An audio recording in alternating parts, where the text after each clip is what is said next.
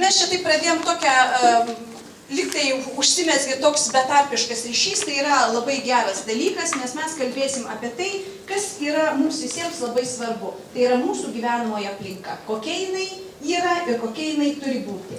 Taigi, portalas Statybų naujienos LT pakvietė jūs į diskusiją, kurios tema yra, kaip seną būstą paversti šiuolaikišku. Aš esu šito portalo redaktorė, Genė Drungilienė, ir taip pat esu moderatorė šitos diskusijos. Priešais jūs yra 6 kėdės. Jos yra neatsitiktinai. Mes diskusiją darysim akcentuodami 6 labai svarbius kampus, kurie padės mums išsiaiškinti, kaipgi išspręsti tą problemą, dėl kurios mes čia ir atėjome. Todėl norėčiau jums pirmiausia ir pristatyti tuos 6 pašnekovus, kurie nebus vieninteliai. Jie bus tik tai pagrindinių akcentų pristatytojai. Pirmiausia, norėčiau pakviesti architektą profesorių Gintarą Čeikauską. Rinkitės, kur jums patogiau, profesoriau, nes pirmas visada yra galimybė rinktis. Kviečiu daktarę Audronę Andriukaitytę, kuri yra PAROK, tai yra izoliacinių medžiagų iš akmens vatos gamintojo komunikacijos ir rinkodaros vadovė Europai ir Baltijos šalims. Taip pat mes turim nestandartinį statybų temom pašnekovą, tai yra viešinė, sveikatos psichologė Inesa Kraujutienė.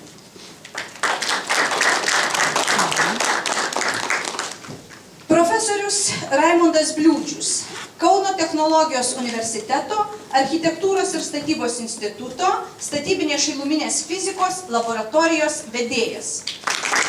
Man visi žodžiai skamba labai gudriai. Mindaugas Budrys, vėdinimo sistemų įrengimo specialistas. Ir dar vienas atramos taškas, tai yra Marius Urbonas, visuomenės sveikatos priežiūros specialistas iš Nacionalinės visuomenės sveikatos priežiūros laboratorijos. Šiuo metu einantis sveikatos rizikos veiksnių vertinimo skyriaus vedėjo pareigas. Ir dabar toliau. Į 6 akcentus mes niekaip nesutilpsim. Tikrai reikės paremimo ir reikės labai rimtų žmonių. Todėl mes į svečius pakvietėme ne tik į svečius, bet ir mums pagelbėti, išsiaiškinti situaciją. Aplinkos viceministrė Daiva Matonienė, Centrinės perkančiosios organizacijos direktorių poną Rolandą Černiauską,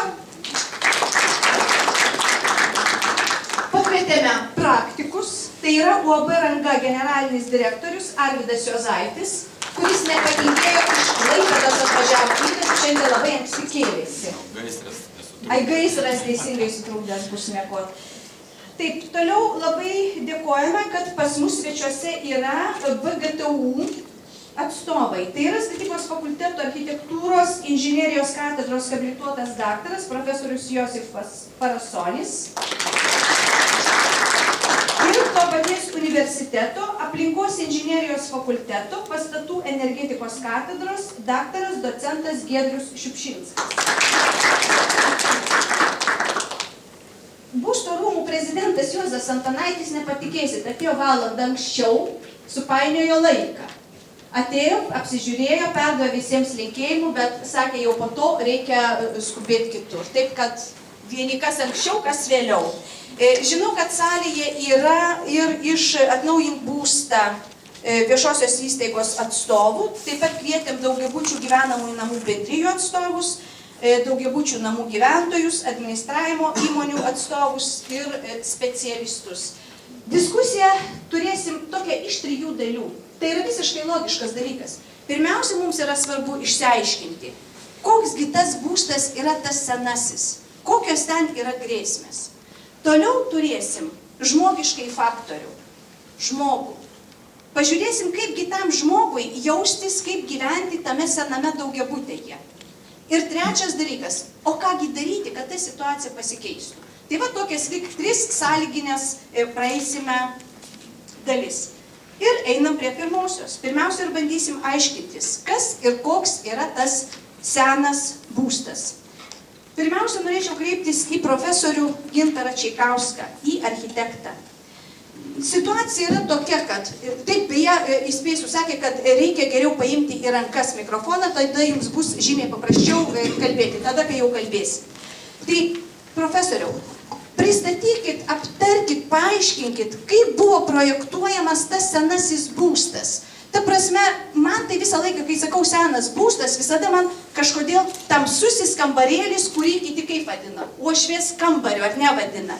Pereinami maži kambariai, mažytės virtuvėlės, žinau, kad yra tokių, kurie ir 4 kvadratiniai metrai tik tai yra. Tai sakykit, kokie yra ypatumai tos senosios statybos, kuri yra apverktina ir kur būtina yra atnaujinti. Prašom. Ačiū. Reiktų iš pradžių gal apsibrėžti, ką mes vadinam senąją statybą. Tai aš pagal nutylėjimą ir tarp eilučių suprantu, kad čia šiandien daugiau laukiama mūsų pokalbio apie sovietmečio laikų statybą. Tai jau taip, nes prieš 100 metų čia yra vertė didžiulė. Taip, bet lygiai taip pat problemų ten yra ne ką mažiau ir gal dar sudėtingesnių, jeigu taip jau giliau žiūrėt. Antra vertus, naujoji mūsų statyba kabutėse, kuri jau iškilo jau irgi 20 metų praėjo mūsų nepriklausomybės, irgi tuo jau galima bus vadinti senaisiais būstais. Taip, kad čia labai plati tema, bet apsibrėžiant ir grįžtant prie sovietmečio, irgi reiktų susiskirstyti tuos pastatus į tam tikras kategorijas, kad nepasiklysti visiškai lankose. Yra tokių pastatų, kurie, kaip čia vakar vienas kolega labai garsiai tinklalapiuose pareiškia, kad reikia jiems chirurginės rekonstrukcijos, tai prasme, kad juos nugriauti. Tai pradedant nuo tokio požiūrio rekonstrukciją ir baigiant, sakykime, kosmetiniais patvarkymais, apšiltinimais ir langų keitimais. Tai vėlgi, žiūrint į konstruktyvinę ir architektūrinę pusę, sovietmečių pastatai būdavo statomi keliais tokiais iš esmės skirtingais metodais. Tai vienas iš jų buvo labiausiai galbūt paplitęs ir labiausiai mūsų sąmonėje įsirėžęs, tai vadinama stambiablokė ta panelinė statyba, kur pastatai yra surinkti kaip kortų nameliai. Atsiprašau, tai tie, kur ten dažnai būna visokios siūlės. Taip, tiesiog lazdynai, karoliniškės. Ir dar plius papildomos skersas visokios siūlės. Tai šitie čia yra. Skersos ir gal po to, dažniausiai jas buvo tiesios. Bet dabar tapo kitokio. Taip. Tai va, idėja yra ta, kad jie yra surinkti, kaip minėjau, kaip vieninga sistema ir ten rekonstrukcija kažkokia tokia radikalesnė su vidinių pertvarų griovimu ir panašiai, praktiškai yra neįmanoma arba bent jau labai rizikinga.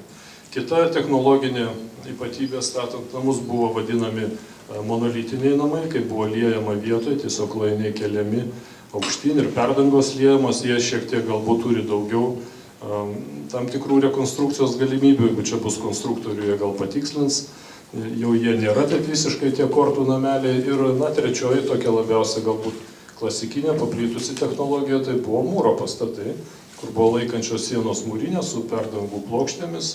Ir tie pastatai visais laikais, ir jo labiau ir sovietmečiu, jie buvo laikomi kaip tokiais jau labiau prestižiniais ir jie ir šiais laikais pasiduotų, ko gero, rekonstrukcijai labiausia, kadangi jų tokia sąranga leistų tai padaryti. Dabar jeigu... Į vidų, profesoriau, taip, jeigu jau eitume. Įeiti į vidų. Jūsų paminėti kambarėliai tamsus, virtuvės mažos, iš tikrųjų, visa tai priklauso ne nuo to, kad ten kvaili buvo architektai arba kvailesni negu mes dabar. Visada architektai darė kaip galėjo, čia ne tai, kad jų klaida.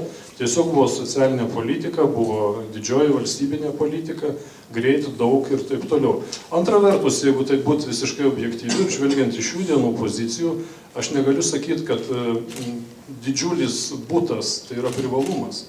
Tai ne visada. Kiekvienas kvadratinis metras, jis turi, profesinė prasme kalbant, turi turėti prasmę. Tuomet jis yra reikalingas arba ne. Jeigu tie kvadratiniai metrai yra sukūriami pabrėžti prestižui arba ten kažkokiam savo prabangai parodyti arba kad nėra kur dėti pinigus, tai mano požiūrį jie yra nereikalingi ir šiais laikais. Tai yra daugiau galbūt susitarimo reikalas. Antra vertus, jeigu yra butas, kad ir nedidelis, bet jis labai racionaliai išplanuotas, kaip, pavyzdžiui, galima palyginti su automobilio racionaliu išplanavimu arba jachtos sprendimu, laivo, kur kiekvienas centimetras, netgi ne metras dirba, jis yra įprasmintas, Tai nereiškia, kad ir nedidelėme plote negalima sutvarkyti žmogui patogaus gyvenimo aplinkos. Atsiprašau, profesoriau, negaliu ramiai klausytis, kaip jūs ginat mažą plotą. Nes man teko girdėti, matyti tai neteko, gal kas nors iš jūsų žinot. Sakė, yra tokių vonios kambarėlių, kur į vonę reikia lipti iš galo. Jūs girdėjot, ko gero vakar tokių pavyzdžių. Reiškia, skalbyklės pastatyti iš viso yra neįmanoma. Arba, sakykime, yra pereinami kambariai ir mes jau čia kalbėjom su diskusijos dalyviais ir gyvena, sakykime, pora. Tai dėl Dievo meilės, kaip tam vaikui gyventi, kai per jo kambarį eina pirmyn atgal, jokio intimumo nebelieka, jokios asmenės erdvės. Ir kita vertus, o kur tada sekmadienį susėsti pietum? Visiškai pritariu, kiekvienam pasirašau po kiekvieno jūsų žodžio. Puikiai, tai maniau, kad jūs ginat mažas erdves. Ne, bet aš ginu ne mažas erdves, aš ginu prasmingą plotą. Jeigu kalbant apie kainą, žinant, ir mes norim, kad kuo geresnė statyba būtų, reiškia ploto kvadratinis metras turi būti pakankamai brangus, sakykime, jis turi būti labai kokybiškai įrengtas. Jis turi būti 10 kartų pasvertas, kam jis bus skirtas, kaip jis bus panaudotas. Taipogi, kalbant ir ne tik apie fizinį panaudojimą, bet ir apie psichologinį ir tos erdvės poveikį ir socialinės problemas atskirti vaikus nuo tėvų ir taip toliau, arba sujungti šeimą kaip tik į vieningą visumą, arba pastatyti, jau nekalba apie skalbimo mašiną. Ta prasme, tai yra projektavimo darbas, tai yra profesionalus projektavimo darbas, kuris ir turi duoti puikiausią rezultatą optimaliam plote. Ne per mažam, ne per dideliam, bet optimaliam. Dėkoju. O dabar norėčiau į du iš karto pašnekovus kreiptis. Į profesorių Raimondą Bliūdžių ir daktarę Audronę Andriukaitytę. Nežinau, kaip jūs čia susidėliosit tą kalbėjimo eiliškumą. Man atramos tašku tapo toksai dalykas. Ponas Raimondas Bliūdžius yra sakęs, iki 1992 metų pastatų atitvaros, tai yra sienos ir stogai, buvo projektuojami pagal to meto higieninius reikalavimus. Dievaži, man tie žodžiai skamba įtikinamai. Higiena ir reikalavimai, vadinasi, turėtų būti blogai. Bet jūs čia sugebate įžvelgti kažkokių pavojų. Tai kasgi yra iš tų higieninių reikalavimų prastai? Na, jūs čia paminėjote tokį visagalį snipą, kuris galiojo pas mus iki 92 metų ir ten buvo labai aiškiai parašyta, kad pastatų atitvarų šiluminės savybės projektuojamos pagal higieninius reikalavimus. Ir kituose dokumentuose buvo parašyta, kas yra higieninis reikalavimas. Tai yra pastatų atitvarų vidinio paviršiaus temperatūra turi būti tokia, kad ant jos šalčiausių metų laiku nesikondensuotų drėgmė. Tai reiškia, kad jie paviršiai neprasotų, prastai kalbant, iš vidaus. Atsiprašau, ar ir butas čia buvo toks galimybės? Visiems išskyrus stiklinės atitvaras, sienos, stogai, grindys, visiems tas buvo reikalavimas taikomas. Ir jeigu skaičiuojant į temperatūras, tai buvo maždaug, jeigu patalpoj tais laikais buvo reikalavimas 18, tai sienos temperatūra, kai lauke būdavo šalta, 23 minus pavyzdžiui, būdavo 12,4 laipsnių. Na, atitinkamai jinai buvo aukštesnė kitų metų laikų, tačiau jinai visą laiką buvo gerokai didesnė. Na, ir palyginimui galiu pasakyti, dabar normaliom sąlygom reikalavimas yra, kad patalpų oro temperatūra ir atitvarų vidinio paviršiaus sienos vidinio paviršiaus temperatūros skirtumas būtų nedidesnis kaip 3 laipsniai, o jeigu mes norim komfortiškai gyventi, tai šitas skirtumas turi būti nedidesnis kaip 2 laipsniai. Tai va, jeigu dar apie pasiekmę šito dalyko, tai visi turėtų vyresnieji žinot, kad jeigu kambarį būdavo 20 laipsnių temperatūra, bet lauke minus 20, tai be šiltų rūbų ten pasėdėti nebuvo galima. Žmonės jausdavosi prastai, visą laiką jausdavosi, kad yra šalta.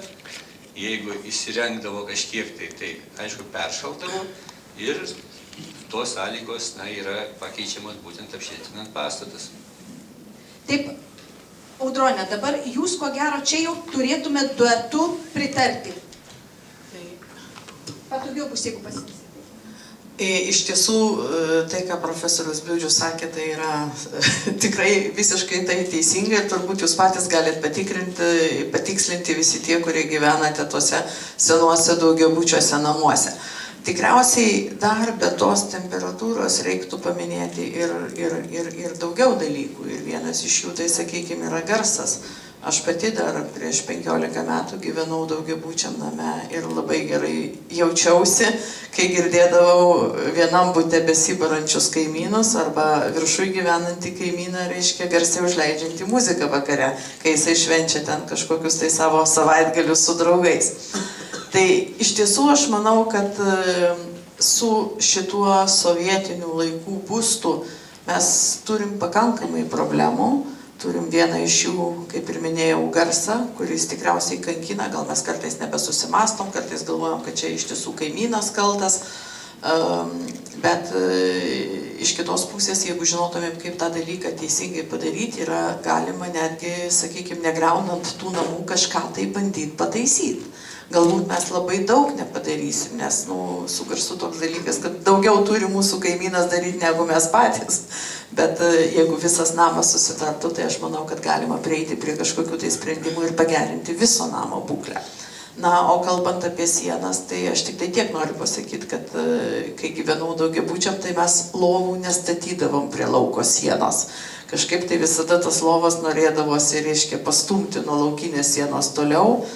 Na ir plius čia dar vienam seminare kalbėjau. Aš atsiprašau, Audronė, o kodėl toliau? Dėl garso ar dėl tos drėgmės, apie kurią profesorius dabar kalbėjo? Ne dėl drėgmės, o dėl to, kad ta siena šalta. Ir ten dar plius ir tie langai buvo tokie, kur, kaip sakyt, kartais per plyšį galėdavai lauką pamatyti. Tai, nes, išsiklaipė seniai, jos aišku, irgi būtiniausiai reikėjo atnaujinti. Tai ir kalbėjausi čia su žmogum vienu, kuris turėjo kampinį butą ir paskutiniam aukšte. Praktiškai pats nedėkingiausias atvejis. Reiškia, didžioji dalis pas jį buvo lauko sienos. Reiškia, ir plius dar stogas. Tai jisai pasakojo, kad pas jį, reiškia, kai šaltos žiemos, tai spintoj prišalo švarko rankovė. Tai jūs įsivaizduojat, reiškia, kadangi, aišku, vėlgi tą kampą spintą įgrūdo, ten jokio vėdinimo iš vis nėra, ten matytas šiltesnis oras nebepatenka, ta siena, reiškia, dar jinai lieka šaltesnė, nes jinai gavosi savotiškai izoliuota tos spintos, tai reiškia, rūbai ten, tiesiog žiemą prišaldavo. Ir, tarp kitko, ten tiesiog labai įdomu, reiškia, buvo tas pokalbis, todėl, kad tas žmogus nusipirko kietą plokštę 2 cm ir neapsikentęs tą savo sieną, prie kurios ten ta spinta stovi, apšiltino, reiškia, 2 cm. Ir šitas dalykas jam padėjo temperatūrą pakelti 3 laipsniais. Na, jis bent jau pats, ta prasme, tiesiai iš jo lūpų. Nes mes kažkaip diskutavom apie tą šiltinimą iš vidaus ir aš sakiau taip, kaip ir nerekomenduojam, bet aš suprantu, kad yra tokių išskirtinių atvejų, jeigu tau kambarį tikrai 16 laipsnių, niekas nieko nedaro, nerenovuoja ir dar, reiškia, turi tą nelaimingą kampinį butą su stogu virš galvos, kuris yra vėlgi šaltas, tai aišku, kad tai yra problema didelė. Aš norėčiau apginti kampinius butus. Pasakykit, kas gyvenat kampinėme bute, koks tenai yra gėris dėl ko. Taigi kaimynų yra mažiau. 3 pusėse jūs neturite kaimynų. Bet tai yra tobulas variantas. Bet aš dar noriu grįžti prie tokio dalyko, ką profesorius Bliūdžius yra sakęs. Ar čia tikrai, kad langai anuometiniai buvo oficialiai pripažįstami kaip vėdinimo sistemos dalis? Ta prasme, ne patys langai kaip po tokie, o tai, kas tarp jų ir tarp sienos. Tikrai teko dar pačioje veiklos pradžioje bendrauti su institutu, kuris ruošdavo visas tas taisyklės ir visą kitą Maskvos. Ir tie tikrai buvo pripažinę. Langas yra vėdinimo sistemos dalis. Aišku, langas tai buvo visas tas vadinamas blokas, tai įskaitant ir orlaidę, arba visus kitus dalykus, kuriuos buvo galima atverti, užverti. Bet dar toks vienas yra įdomus dalykas, kad kai buvo pirmieji pastatų standartumo matavimai atlikti Lietuvoje 94 metais, 3, tai mūsų užsienio kolegos labai nusistebėjo, sako, kas suprojektavo tokius tikslius langus pas jūs, kad jie, sako, netgi normaliu metu, kai nėra temperatūrų skirtumo, nėra vėjo, užtikrina minimalą oro kaitą patalpose. Tai reiškia, mes gyvenom šiuo požiūriu idealiai. Mes visada turėjom užtikrintą minimalų oro kiekį. Blogumas tai, kad atsirasdavo temperatūrų skirtumas, vėjo slėgis ir tas kiekis padidėdavo į 4-5 kartų. Daugiau negu reikia, reiškia, mes turėjom tą orą šildyti, jisai tai kainavo, toliau sukelia skersvėjus, žmogus blogai jaučiasi, jeigu oras juda daugiau negu maždaug 0,15 m/s greičiu visą laiką šalia jo. Ir jau ta problema paskui vystėsi į daug kitų sudėtingų. Tai šitas dalykas tikrai yra ir jeigu mes toliau kalbėsim, tai to tikrai reikia neužmiršti renovuojant pastatus. Taip. Man atrodo, kad laikas apibendrinti seno būsto ypatumus ir keliauti prie kitų dalykų. Visame šitame seno būsto kontekste yra žmogus. Ir kai mes rengiam šitą diskusiją, kai mes generavom idėją jai ir ieškojom pašnekovų, ir kai kalbėjomės ir su aplinkos ministerija, tai sakėm, mums yra svarbiausias žmogus. Gali būti pačios tobuliausios modernizavimo programos, gali būti skirti dideli pinigai, bet juk viskas vyksta, visas atnaujinimas, gėris, tai dėl mūsų, dėl žmonių, nes mes turim teisę gyventi saugiai, švariai, sveikoj aplinkoj. Tai mes dabar ir eikim prie žmogaus. Vienas dalykas yra, ką dabar mes girdėjom iš profesionalų. Tai yra karkasas, tai yra patalpų išdėstymas ir jau šiek tiek prasprūdo žmogaus. Tiesą sakant, ne žmogus, bet žmogaus švarko rankovė, kuri priekibo nuo šalčio prie sienos. O dabar jeigu visai rimtai, žmogus visas tas gyvenimo sąlygas supranta kitaip. Ir labai gerą dalyką yra atlikę Visuomenės sveikatos centras. Mariau, dabar man viskas, nepabėgo pavadinimas. Nacionalinė visuomenės sveikatos priežiūros laboratorija atliko, klausykit kaip skamba, būsto tyrimą. Bet tame būsto tyrime buvo imamas žmogus. Ir buvo ieškoma, kaipgi tas žmogus jaučiasi tame sename būste. Ne tik sename, man atrodo. Tai dabar ponas Marius Urbonas ir pristatys mums, kasgi buvo tenai išsiaiškinta. Nors pirmiausia, ponia Mariau, norėčiau paklausti, kiek buvo apklausta žmonių. Nes kitas sykį, 10 apklausius, tai jau čia tendencija nesimatys. Kiek buvo iš vis apklausta žmonių šitame tyrime? Jis vienas iš mano žinomų didžiausių paskutinių metų tyrimų, jis visoje Lietuvoje vyko ir buvo aplankyti daugiau kaip 5000 namų ūkių. Klausimynai buvo panaudoti, nes dalis gyventojų atsisakė dalyvauti, negaliu pasakyti priežasčių, ar mano, kad viskas gerai, ar mano, kad labai blogai. Buvo panaudota 2900 anketų, tai nebuvo tik tai apklausa gyventojų, kas svarbu, bet buvo vykdomi ir laboratoriniai tyrimai tose būstuose, kur gyventojai sutiko dalyvauti. Tai jam nekainavo, apibendrinimas ganėtinai ilgai užtruko ir kas Lietuvos ypatybė daromas tyrimas, jis baigėsi 12 metais, bet buvo tik vienas pristatymas, ganėtinai trumpas. Specialistai susirinko kaip įprasta ir tarpusavį aptarė to tyrimo rezultatus. O žmonės taip ir nesužinojo, kokiam kontekste gyvena. Kas įdomu, dabar tie tyrimo rezultatai kaip tik ir pradėti labiau viešinti, taip gana man pačiam netikėti, nes tai buvo su partneriais atliekami tyrimai. Tikrai daug specialistų dalyvavo, galima sakyti, aš daugiau kaip toks tų rezultatų apibendrintojas. Aš dar labai atsiprašau, bet noriu paklausti, o kokie būstai buvo, kokių būstų gyventojai? Ar tai buvo seni, ar tai buvo ir naujų? Nes aš mačiau, kad lyg tai buvo įvairovė. Grubiai buvo suskirstyta į 3 grupės - seni, nauji ir renovuoti. Tai dabar pristatykit, kokie buvo to tyrimo rezultatai, ką jie parodė? Ar mums jau verta susigūžti, ar yra dar taip, daug maž? Keletą tokių paradoksų atradome, kai kurių nesutapimų su tai, ką gyventojai mano ir ką rodo tyrimo, jau objektyvus tyrimo rezultatai. Tai, pirmiausia, tai toks be abejo visiems suprantamas dalykas, kad dauguma labiau vertina naują būstą, po to antroje eilėje eina jau renovuotas būstas ir jau trečioje eilėje senas būstas. Kaip nekeista, iš tų tyrime dalyvavusių, galima sakyti, reprezentavo visus Lietuvos gyventojus. Gana didelis procentas, apie 66% gyventojų teigia, kad jie patenkinti savo būstų. Tai didelis procentas. Reiškia, turim reikalą su netokia didelė grupė žmonių, kurie nepatenkinti ir nori kažką daryti. Dabar... Klausimai, gal kokie buvo klausimai? Bet, sakykim, patenkinta aš galiu būti savo langu, patenkinta galiu būti savo vonia. Tai kokie buvo šitie klausimai? Ko jūs klausėt? Kas ten buvo? Mikroklimatas, gyvenimo kokybė, šiluma? Kokie buvo klausimai? Daug klausimų, aš sakyčiau, pagal išvadą sugrupuočiau į 10 tokių pagrindinių grupių. Įvairiais rakursais buvo klausinėjama ir dėl to, ar nemato sveikatos problemų siejant su savo būstu ir kokias problemas įvardyja savo būste, kuo gyventojai nepatenkinti ir ką norėtų keisti.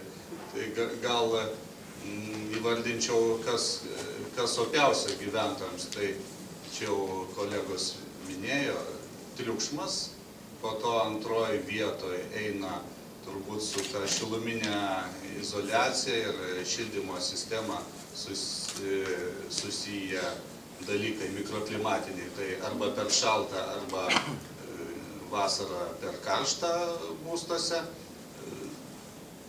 Dar, kadangi buvo atliekami tyrimai, gyventojai nepatenkinti visų tipų būstų ir dulkėmis, kvapais, pelėsiais. Ir tuos dalykus patikrinus atradome, kad iš tikrųjų šitų problemų yra, tik čia buvo palyginamasis. Buvo lyginta, kuris būstas sąlyginai geresnis, kur gyventojas ten tikrai pailsi ir neįgauna papildomų ligų, sveikatos problemų. Tai vienas iš paradoksų, kur seno būsto gyventojai labiau nerimavo dėl pelėsių, bet pagal laboratorinius tyrimus atrasta, kad kažkodėl renovuotose būstuose tų pelėsių daugiau susidaro. Papildomai padarius anglies dvideginio tyrimus matėsi, kad matyt, kai kur renovuojant pastatus būna prastai su priežiūra ir vėdinimo kanalai arba užmūrinami. Žodžiu, vėdinimas pasidaro prastas ir ko paseka, matyt, tie pelėsiai ir anglies dvideginio rodo didesnis kiekis būtent renovuotose. Bet čia tik va šitoj vietoj tas paradoksas išlindo tarp gyventojų to, ką jie mano ir tai, kas yra. Aš noriu čia mažą interpą, kaip tik mes turim vėdinimo specialistų ir praktikų, kurie tai gyvendina ir trupučiuką vos vėliau mes apie tai kalbėsim. Tai, reiškia, mes teisingai supratom, kad pirmiausia visus, ar jie gyventų naujam būste, ar senam, ar renovuotam, pirmoji didžiulė problema tai yra garsas, antras yra šiluma ir trečias yra su vėdinimu susiję dalykai. Tai yra tie 3 pagrindiniai dalykai. Taip? Pagal akcentą, pagal rūpimus dalykus. Taip, po to jau papildomai dulkės, kvapai ir jau paklausius, konkretizavus, kas dėl to šiluminios, tas komforto, ką jie mato, tai ypač senų būstų gyventojai konkrečiai vardė tas problemas, nesandarūs langai, neįmanoma reguliuoti šildymo sistemos ir tai, ką žinome, tai jie įvardė gana detaliai ir, sakyčiau, tiksliai, nes ilgai gyvena, tai puikiai žino, mato tas problemas. Vienas jie gali susitvarkyti, o kitas be to kitų namo gyventojų sutikimo ar aptarimo kaip ir neįmanoma pašalinti. Kaip jūs minėjote, dėl triukšmo arba dėl to, kad galima būtų reguliuoti tą centralinio šildymo sistemą ir nori labiau šildaisi, nori mažiau šildaisi. Ir toks provokuojantis klausimas, gal kaktomuša, bet aš to nenorėjau, tiesiog va čia liežuvis taip timpteli. Yra atlikti tyrimai, yra rezultatai. Ir logiškai mąstant, turėtų tie, nuo kurių priklauso procesas, kurie ir įstatymus leidžia, ir kurie prižiūri, kontroliuoja situaciją, turėtų eiti pas jūs ir sakyti, duokit jūs tuos tyrimo rezultatus, parodykit, kokia yra situacija, nes iš to galima planuoti, daryti, ką reikia, kur yra didžiausios problemos.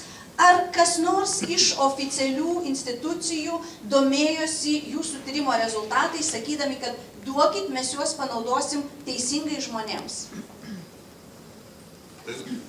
Vilniaus Gedimino technikos universitetas, kai baigėsi šitas tyrimas, remiantis tais rezultatais, galima sakyti, pagal europinį projektą vykdė būsto sertifikavimo sistemos sukūrimą. Koks tikslas? Tikslas tas, kad gyventojas galėtų informacinės sistemos pagalba bent sužinoti be užsakymo laboratorinio tyrimo apie savo aplinką, apie triukšmą, apie oro taršą. Taip pat VGTU mokslininkai išvystė tą internetinę sistemą, kur jau specialistas galėtų įvertinti pagal 29 parametrus, jeigu jį pasikviestų be abejo gyventojas į pagalbą. Ir tai iš tikro ta sistema, sakyčiau, pažangi, nes uždavus klausimus gauni gana greitai atsakymus, kur kreiptis, ką daryti, į pačius įvairiausius klausimus. Dėl mikroklimato, dėl šildymo, dėl tų dalykų, kur sukelia namuose traumas, daleiskim, slenkščiai, laiptai ir visa kita. Tai matot, kaip aš bent manau, kaip specialistas ir žinant tą visą teisės aktų situaciją, tai mano namai, mano tvirtovė. Nėra taip, kad pas mane į namus ateina tikrintojas, patikrina ir mane kaip namo šeimininką privataus nubaudžia arba šeimos narius. Taipgi nėra, kad ateitų pas mus ir kontroliuotų. Turbūt to... Čia mes apie patariamąjį, apie gerąją praktiką, kad jeigu yra kažkas, tai tuo reikia pasinaudoti. Tai vat, kaip jūs sakot, kas toliau daroma, tai toliau ir buvo bandymas sukurti intelektualią internetinę pagalbą gyventojams.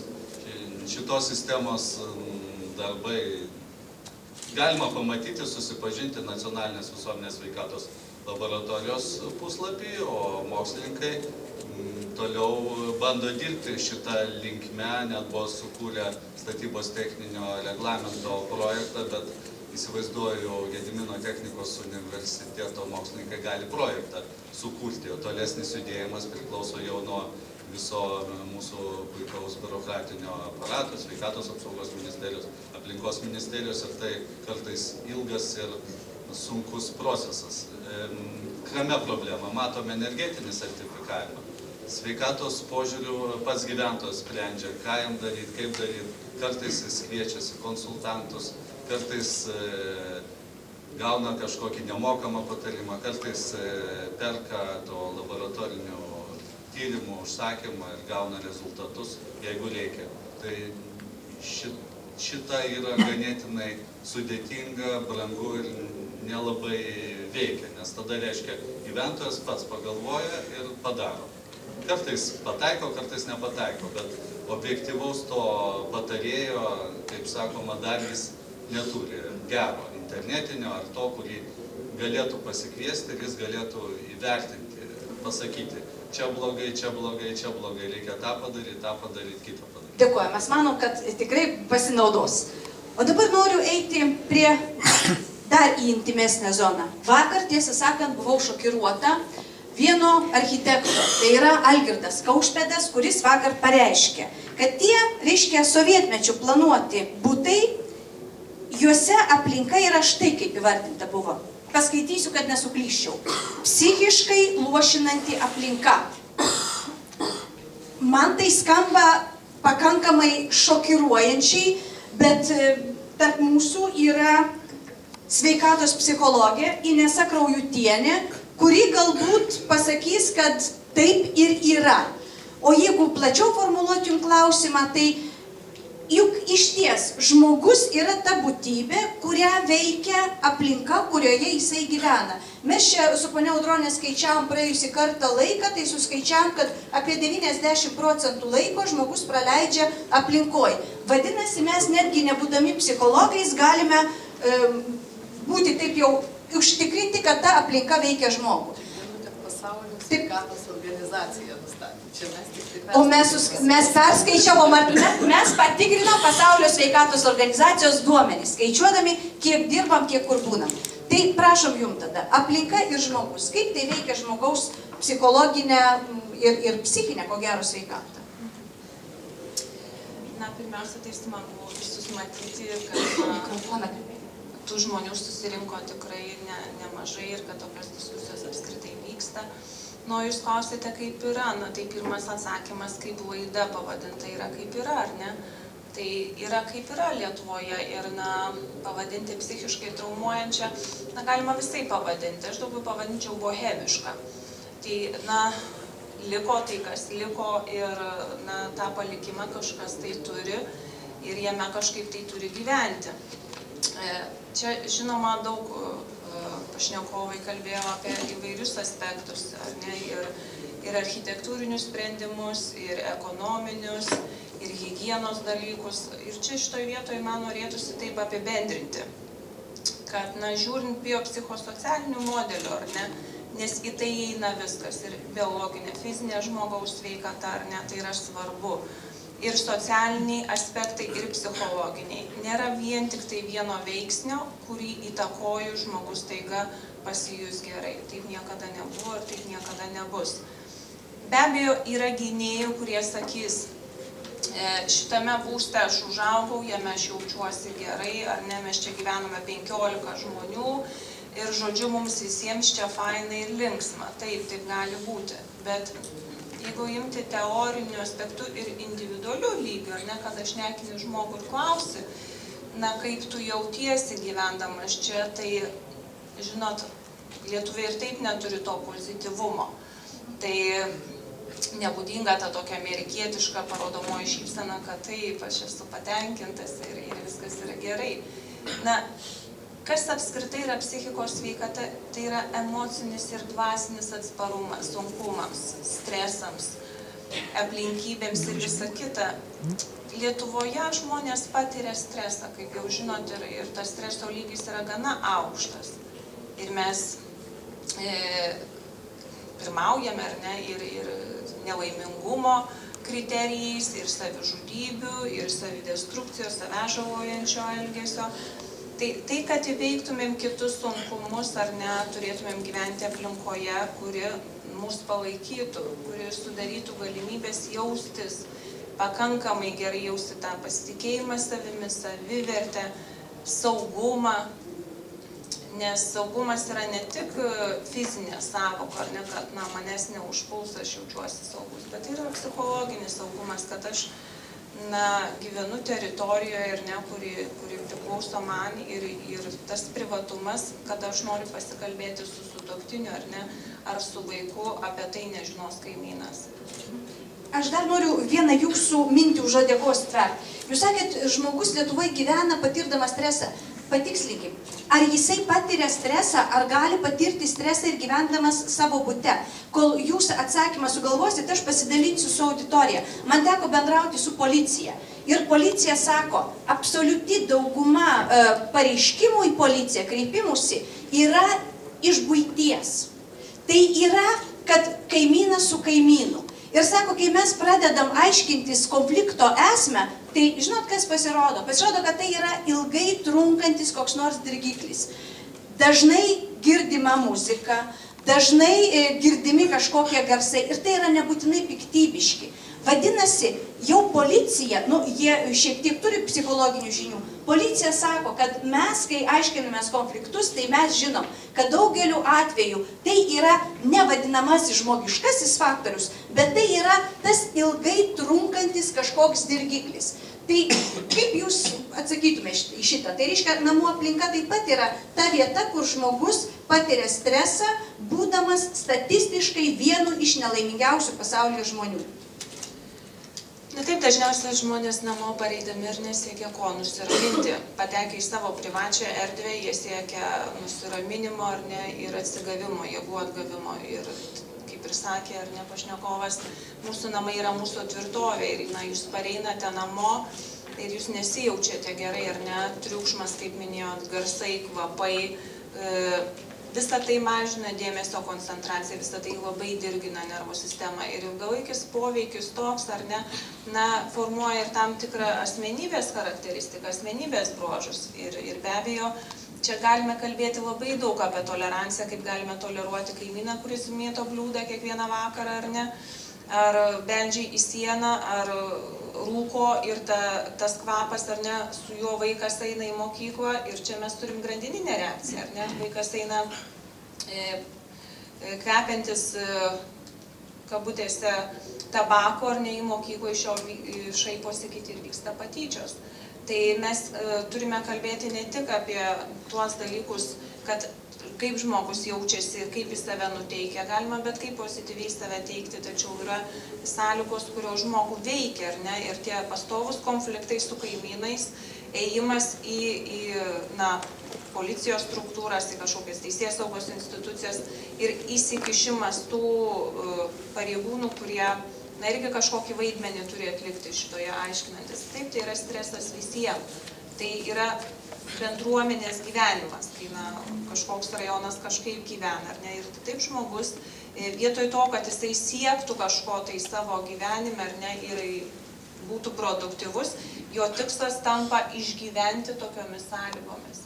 Ir gali žmogus įvairiai sakyti, tačiau tai veikia žmogų, tai veiks ir, be abejo, mes negalim žiūrėti taip, lyg, kaip jau pašnekovai minėjo, kad išpuoselėti tą būstą iki neaišku kokio lygmens ir kokiu tikslu tai yra daroma, bet pagrindiniai baziniai dalykai, kad žmogus jaustųsi gerai savo namuose, reikalauja pokyčių. Ir aš tikrai, siūlyčiau visiems pamastyti apie tai, kad galbūt neperdaryti savo buto pagal feng shui, ar ne? Nes tai tampa labai populiaru ir nebūtinai panaudoti visas spalvas ir jų spektrus, kad, žinot, taip turėtų poveikį psichiniai sveikatai. Jokių būdų, bet tačiau pastatyti lovą taip ar pastatyti kėdę taip, kad kiekvienas šeimos narys turėtų savo mažą privačią erdvę, jisai žino, aš parėjau iš darbo, iš mokyklos, čia yra mano kėdė, čia yra mano lova, čia yra mano mažytė lentynėlė knygutėm. Tai daugiau tą norisi akcentuoti, kad, maksimaliai kiek įmanoma atkreipti dėmesį į bazinius tuos dalykus, kurie iš tikrųjų tą psichikos sveikatą įtakoja, o be abejo psichikos sveikata kuria fizinės sveikatos dalykus ir tas sergamumas tiek psichinėmis lygomis, tiek psichosomatinėmis lygomis didėja Lietuvoje ir ne tik Lietuvoje, bet ir pasaulyje. Dėkoju. Atsiprašau. Taigi, mes jau įpusėjom diskusiją. Dabar gerą pusę laiko mes skirsim sprendimams. Bet prieš tai apibendrinkim. Pažiūrėkit, mes padėjom pamušalą visam tam, ką mes dabar kalbėsime. Mes išsiaiškinom, koks yra namas iš vidaus, iš išorės ir labai svarbu, kaip tas žmogus tenai jaučiasi. Ir išvada liktai yra viena. Norim to ar nenorim. Yra negerai. Reikia keisti. O kaip keisti, mes dabar ir kalbėsim. Bet jeigu yra jums vardinti, kokios yra blogybės, kokie yra minusai. Dabar mums reikia ir sprendimų, kaip viską pakeisti. Ir aš siūlau daryti tokius 2 variantus imti. Pirmiausia, kas yra siūloma oficialiai. Ir antras dalykas, ką siūlys mūsų pašnekovai, kurie, aš dabar galvoju, taip, jūs nesat oficialių institucijų atstovai. Ką siūlys jie? Ir pabandysim tada sudėlioti šituos, reiškia, pasiūlą ir paklausą. Ir tada mes jau prašysim, kad įvertintų mūsų šitą visą reikalą viceministrė, ponia Daiva Matonienė, kuri, žinau, turi vieną silpnybę. Jinai nemėgsta kalbėti, bet mėgsta būti užpilta klausimais ir į juos atsakyti. Tai mes ir suteiksim šitą galimybę. Taigi, pradėkim nuo oficialaus varianto, kas yra siūloma. Kaip ir sakiau, mums neužteks 6 akcentų. Dabar noriu kreiptis į poną Rolandą Černiauską, kuris yra Centrinės perkančiosios organizacijos direktorius. Pone Rolandai, aš dabar pristatysiu tą jūsų organizaciją, jūs paskui pataisysit, ar čia kažkas, ar aš teisingai sakau. Tai yra katalogas, tai yra kaip kokia lentyna, kurioje yra sudėliotos, kokios yra galimos nusipirkti paslaugos, prekės. Aš čia sakau supaprastintai, nes visa tai ateina, kaip galima pakeisti tą mūsų seną buitį, kad jinai taptų kitokia. Teisingai aš pasakiau. Tai dabar ir prašysim, kad ponas Rolandas Černiauskas, kad ir papasakotų, sudėliotų, tai kokios yra tos priemonės. Tai jums dabar teks į mano vietą, bet žinokit, neilgam. Pirmiausia, tai labai dėkingas už tą atradimą, kurį padarė statybų naujienų portalas. Ir pasakysiu kodėl. centrinė perkančioji organizacija CPO LT. Tos CPO LT raidės galbūt privačiam sektoriui tikrai nedaug ką sako. CPO LT veikla yra susijusi su vis dėlto ne su privačiu sektoriu, su valstybiniu sektoriu. Ir CPO LT iš esmės yra organizacija atliekanti teisinį darbą, tai yra vykdanti viešuosius pirkimus, vadovaudamasi viešųjų pirkimų įstatymų. Statybų naujienų portalas tikrai pastebėjo naujieną ir tikrai tai yra naujiena, kad CPO LT vis dėlto sutiko dalyvauti šitame projekte ir vis dėlto leidžia savo kataloge naudotis ir privačiam sektoriui. Lenkiu galvą prieš tuos, kurie pasirinko vis dėlto idėją, ją priėmė, tai yra, reiškia, pasirinkti renovaciją. Idėja, sakykim, kodėl idėja? Kodėl netgi psichologų pagalbos prireikė šiandien pasakyti, kad vis dėlto reikia kažką daryti su tuo būstu. Tikrai, ir langai pučia, ir sienos drėksta, ir ventiliacijos nėra. Galbūt pasakyčiau tai, kad vis dėlto tai daugiau hipnotizuojantis poveikis, kai grįžti namo, nežinai iš to beviltiškumo ką daryti. Todėl tokios dienos, kaip tradicija tapusi Restos, reiškia, šventės suteiktos, kada sujungia tiek statybininkus, tiek pirkėjus, tiek organizatorius į vieną krūvą ir galima pamatyti idėjas, tai tiesiog žmonės atsibunda iš to letargo miego ir gali pasakyti, kad vis dėlto reikia kažką daryti. Klausimas, kaip daryti. Gerai, kai yra galimybė pačiam, kaip pats žinai, ką padaryti. Gali susiprojektuoti, gali organizuoti, gali įvykdyti. Aišku, tai yra pigiausia. Dėja yra atvejai, pasižymėjau savo net lapę, klaustukai, kaip tą padaryti. Taigi, kai jau nėra galimybės pačiam padaryti, reikia į kažką tai kreiptis. Reikia išsirinkti administratorių, reikia kreiptis į jį, kad jisai kažkokiu tai būdu įvykdytų vis dėlto tas idėjas įgyvendintų. Taigi idėja renovuoti būstą, pasirinkti geriausius sprendimus. CPO LT šiai dienai, galiu drąsiai sakyti, nėra privalomybė, kaip anksčiau kažkas minėjo, tik per CPO. Kažkas minėjo, kad CPO neleidžia, CPO neduoda, CPO nurodo. Nėra taip. Kaip jūs teisingai pristatėte, tai yra tik tai galimybė žmonėms, tai yra pagalba, kad greičiausiu būdu įgyvendinti, reiškia, savo idėjas. Šiai dienai mūsų kataloge yra siūlomos pačios einamiausios rangos darbų pozicijos, tačiau išgirstame, kad jų nepakanka. Dėja, išgirstame per mažai.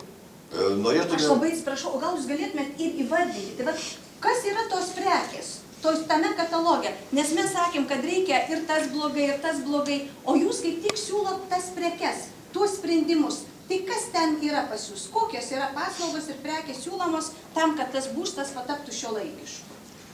Vardinti reikėtų daug tų pozicijų, ten yra 15. Tai yra 15, bet jos yra visos. Pradedam nuo stogo, reiškia stogą pakeisti, atnaujinti, iš naujo uždėti. Toliau sienos, jas galima visas apšiltyti, sienos yra langai, juos galima pakeisti. Toliau yra pamatai, šitą komunikacijos, vandentiekio, elektros energijos. Visa tai yra kataloge šiandien. Atsiprašau, o liftai?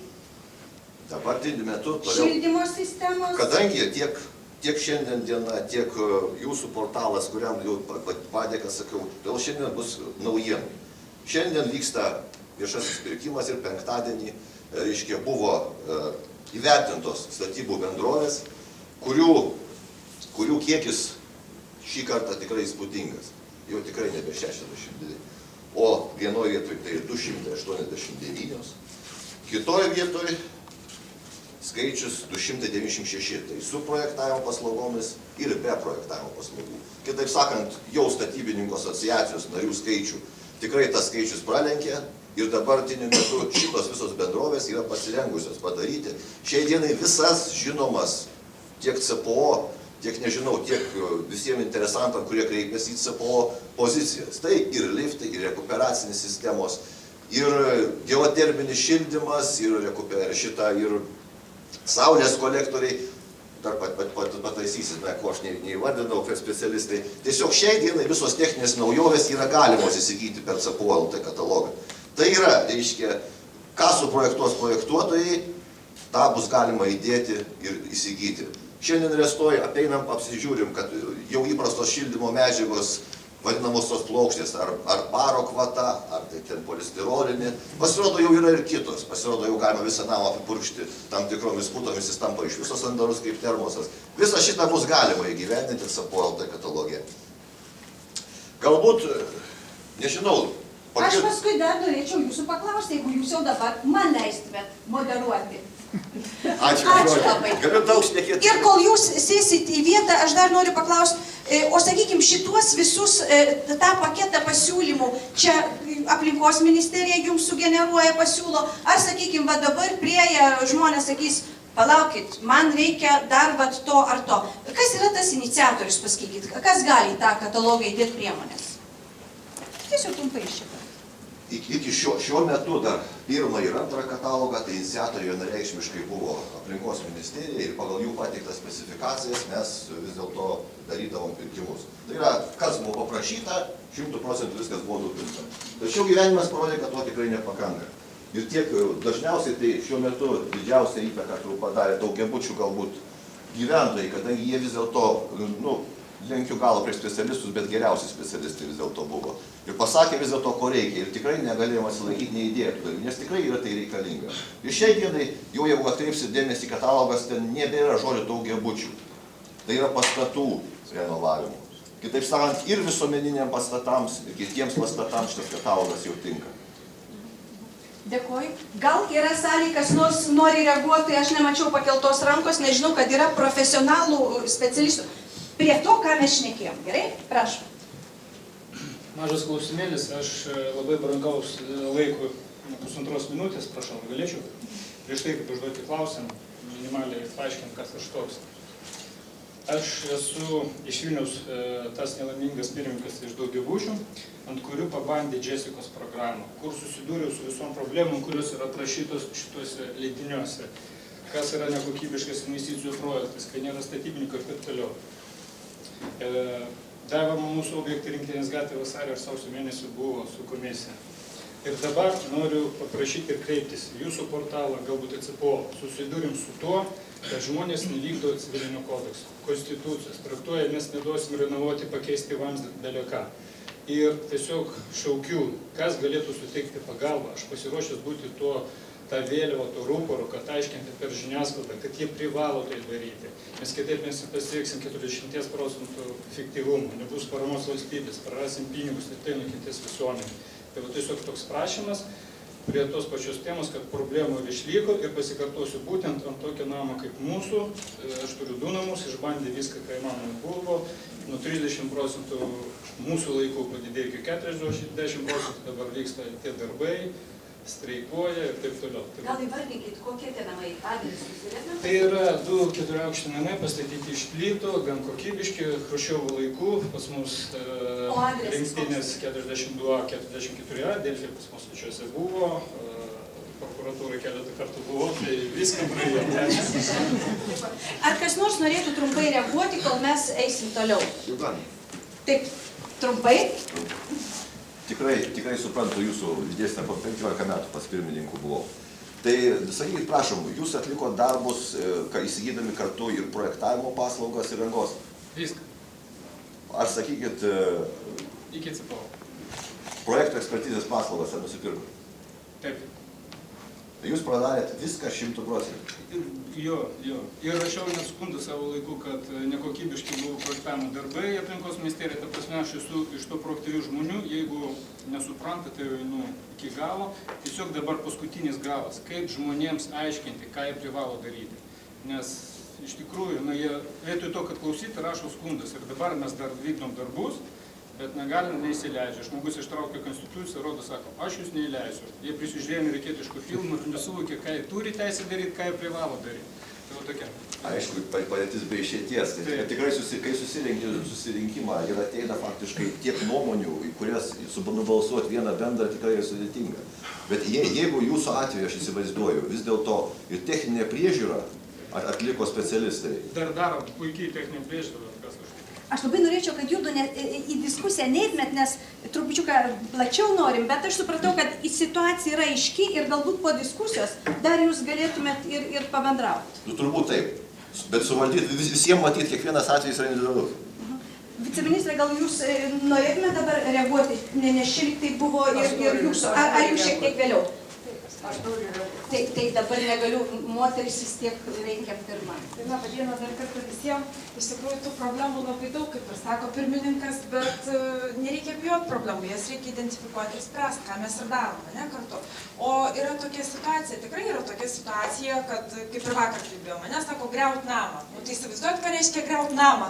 Kaip rasti sutarimą, kai sako, renovuojant namą neįsileidžia keletas žmonių ir tu tikrai nieko negali padaryti. Tai tiesiog reikia galvoti ir tikrai kviečiu pirmininką ir Rolandą, jeigu jis 15 metų turi patirties pirmininkavimo, kad kartu paieškotų sprendinių, kaip mes galėtumėm padaryti sąjungininkus to žmonės. Per prievartą nieko nepavyks.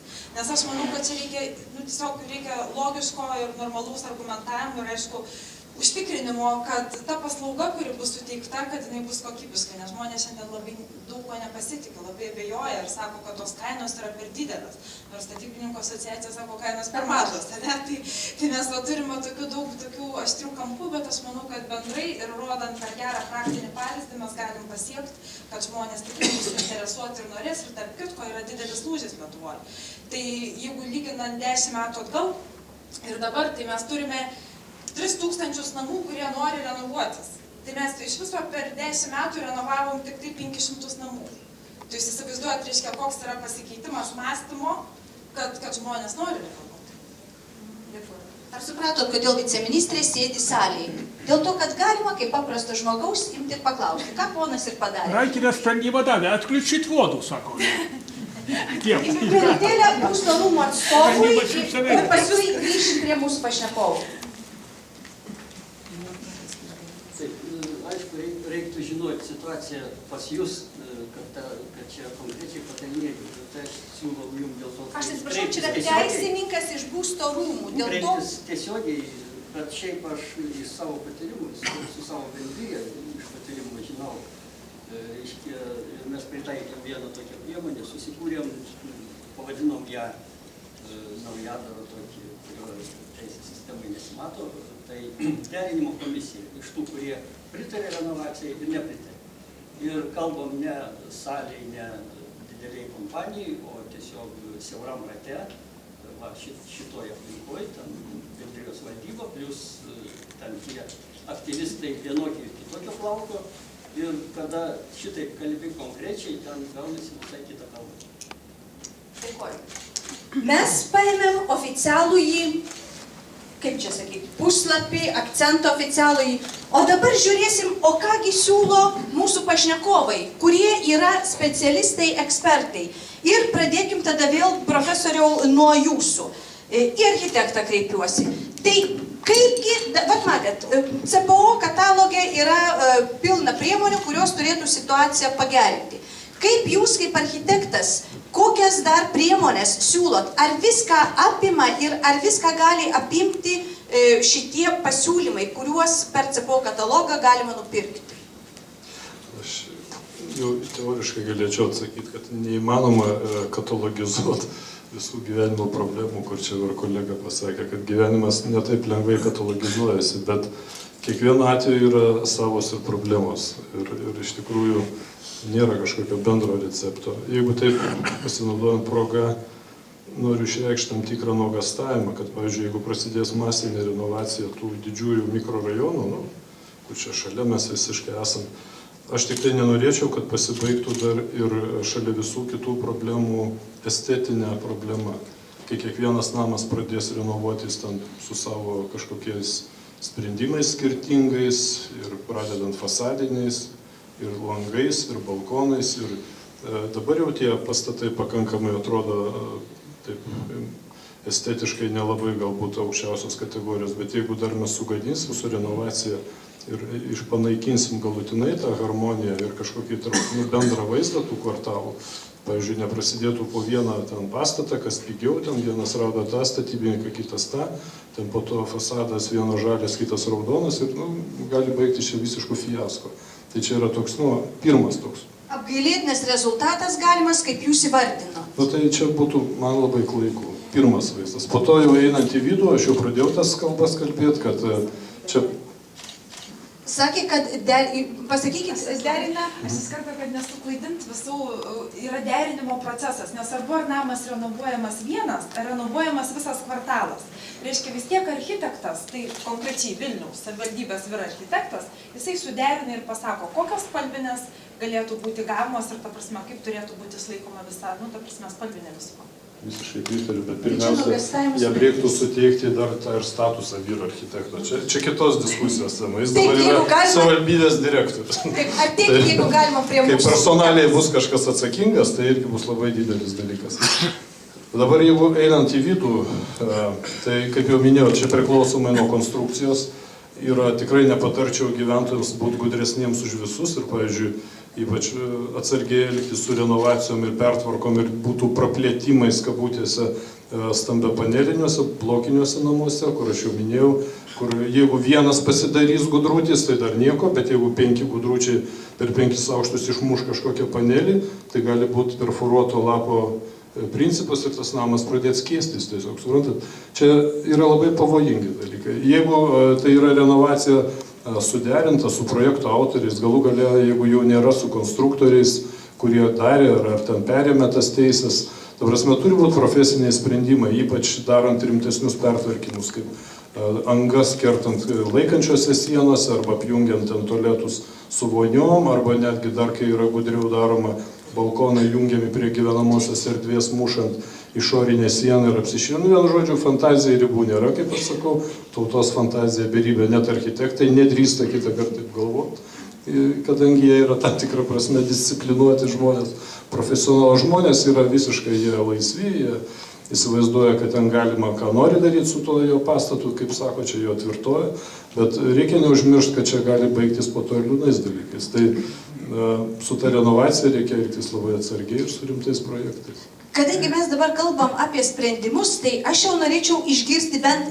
2 nuomonės. Ir aš vis bandžiau pagauti profesoriaus Parasonio žvilgsnį, parodydama, kad aš dabar noriu jūsų papildymo. Kaip matėt, profesorius Šeikauskas tai pakankamai pagazdino, kad neikit į balkoną erdvę, negriaukit, nes gali būti blogai. O gal jūs kitką mato, kitus dalykus, gal jūs nuraminsit ir sakykit į sveikatą, kurkitės balkonuose, ten yra gera ir šviesu. Man tai labai temda. Ačiū.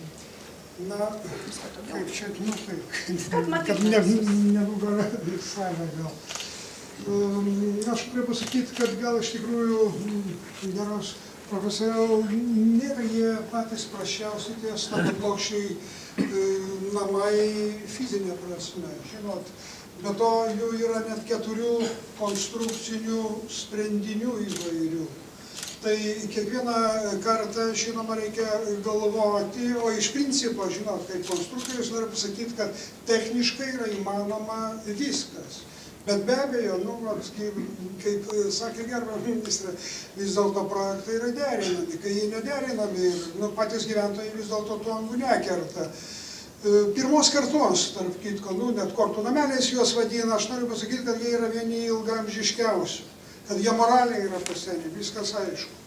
Ir prieš gerą 15 metų būtent teko tos pirmosius stambiaplokščius namus patyrinėti ir žinot, rezultatas tai man pačiam buvo įdomu, ten iš tikrųjų išrinkti, jos būtų galbūt demontuota, aš turiu galvoj, būtų gal ir paprasčiausia, nes ten yra virintinės siūlės, jungtis tokios, kad jas panaikinus, žinoma, atvirkščia tvarka, kai vos statoma, būtų galima jas išardyti, kitus jau nelabai, ten visai kitokios jungtis ir yra atveju tokių, kad, žinoma, Kaliningrado srity kampą namo susprogus, dujų balonai išmetė praktiškai iki 2 būtų 2 aukštų. Ir 5 aukštų namo, 3, 4, 2, 3, 4 puikiausiai laikosi, suprantama, kad ilgai taip naudoti šito negalima, bet iš principo jie nėra tokie jau kortų nameliai. Ir galima tai techniškai, be abejo, reikia, kad būtų konstruktoriaus ranka ten pridėta ir atitinkamai galima tai padaryti. Dar baigiant noriu pasakyti, kad juose pagrindinės laikančios konstrukcijos tame plokščiuose namuose, dėl ko gali iš tikrųjų subirėti namas, jeigu jau jos atsisakytų, tai jų nusidėvėjimas yra mažiausias. Šitose namuose yra kitų dalykų, kur gal reikėtų čia valstybės paramos, suprantat, nes žmonės, žinoma, jie kažkaip, ne vien gal dėl pinigų, gal kartais neturėjimo, bet gal ir dėl, grinai psichologiškai čia mano, kad tai yra smulkmena, nes pas mus, žinot, jeigu kas nors rimto neįvyksta, tai ir nieks per daug nesirūpina, o pas mus jau yra įvykę, žinot, tai ten stogeliai virš įrėjimų, parapetai, balkonai, kurie nėra uždengti, kurie nėra paslėpti ir atmosferinį poveikį gauna, ten yra didesnis nusidėvėjimas. Ir tą reikėtų tvarkyti gal ir organizuoti. Aš manau, kad gal čia galėtų gimti kokią tai, nes, žinot, vis tiek valstybei gal svarbios yra piliečių galvos, o dėl to, gali kartais kas ir atsitikti, žinot. Bet visas namas, kad tame plokščiai čia greit sugriūtų, ar ką, tikrai šito nėra. Labai dėkoju. Tai aš supratau šitaip, kad gali nesugriūti, bet gali ir sugriūti. Tai vis tiek svarbu, kad atskirai remėt, vadinasi, vis tik tai geriau einant į balkoną, kreiptis į architektą, į specialistą ir žiūrėti kaip ten. O dabar ateikime į vidų. Yra du tokie dalykai. Garsai, kurie ateina ir šiluma, kuri išeina. Dabar vėlgi profesorius Bliūdžius ir daktarė Andriukaitytė. Kaip judu apie tai kalbėsit? Kaip išsaugoti, vieną sulaikyti, o kitą išvyti, arba neįsileisti? Na, su garsu mes neturim tokios didelės patirties, aišku, kai šilumą, kurio mes vis tiek reguliuodavom daug metų ir pirmasis reglamentas Lietuvoje atsirado 2003 metais, 2005 visi sužinojo, kas jis atsirado, 2006 prasidėjo problemos netgi naujuose pastatuose. Apie senus kalbant, aišku, visi tikriausiai žino, kad tai nebuvo rūpinamasi ir mes tų problemų visą laiką turėjom. Na, kad nebuvo reikalavimų, tikriausiai taip negalėčiau sakyti, nes vis tik ardant senus pastatus, tuos pačius daugiabučius, grindyse buvo panaudotos tam tikros medžiagos, kurios slopino smūginį garsą. Ir tikriausiai tuo atveju, kai visai gyventi negalima pačioje, tai yra ten jau gyventojo įtaka padaryta tai, kad jisai kažką išlupo kažkokias tai medžiagas, išvalė, tvirtai subetonavo, tiesiai ant betono suklijavo parketą ir tada jau tas gyvenimas tampa neįmanomu. Normaliai šie kitokie reikalavimai buvo. Na, tas pagrindė toks linksmas dalykas, tiem, kurie negyvena, paklausyti tik tai yra ta rozetė, kuri, žinot, nebuvo tais laikais grąžtų tokių, kaip dabar yra, nebuvo įrankių. Ir labai buvo sunku įgręžti rozetę, ypatingai monolitinę perdangą, arba tos tantumo briaunos ypatingai buvo tvirto betono, tai tenai būdų jos įrengiamos iš karto gamykloje, kiaurai per visą sieną, iš abiejų pusių įdedama rozetė, ir gaunamas toks ryšio kanalas puikus. Tai va, tai tie dalykai gal tokie šiek tiek juokingesni, žmonės jūs aišku greit supranta, žino, yra tam tikrų medžiagų ir priemonių, kaip tą pasidaryti, tuo labiau, kad dabar net ir specialiai tam yra gaminami. Na, o renovacijos metu pabloginti, aš gal taip norėčiau pasakyti, visų pirma įvairios vėdinimo angos. Kažkas tai bando įsidėti rekuperacinę, gal sistemą mažiau, gatraukai įsidėti dar kažką tai. Jie atidaro kanalus, ventiliaciniai kanalai eina iš apatinių butų, tačiau jos vienas iš vienos pusės, kitas iš kitos. Jeigu jie atsidaro iš vidaus arti vienas kito, aišku, per tą dalį tas garsas labai smarkiai sklinda. Grindų izoliacija, aišku, yra irgi visas priemonės, jeigu rengiamos grindys padaryti taip, kaip šiuolaikiniam bute, ir ten ta problema nesunkiai sprendžiama. Na, gal sudėtingiausia yra ta sienų izoliacija. Aišku, yra irgi būdai, kaip jas pastorinti, bet žmonės tuo plotą labai taupo. Kaip ir mūsų moderatorė sakė, nori daug turėti jo, o kiekviena garso izoliacija vėlgi, tai maždaug 7-8 cm sienos, tai yra irgi sumažėjimas plotas. Ir dar vienas blogas dalykas, kad dažniausiai tą turėtų daryti nenukentėjusysis, o tas kaltininkas. Sunku labai apsisaugoti nuo kaimyno. Kaimynas turėtų, jeigu jis nusprendė, kad jam tai reikia gyventi triukšmingiau, garsiau, ir jisai norėtų gerbti kitus, jisai turėtų pas save daugiau padaryti.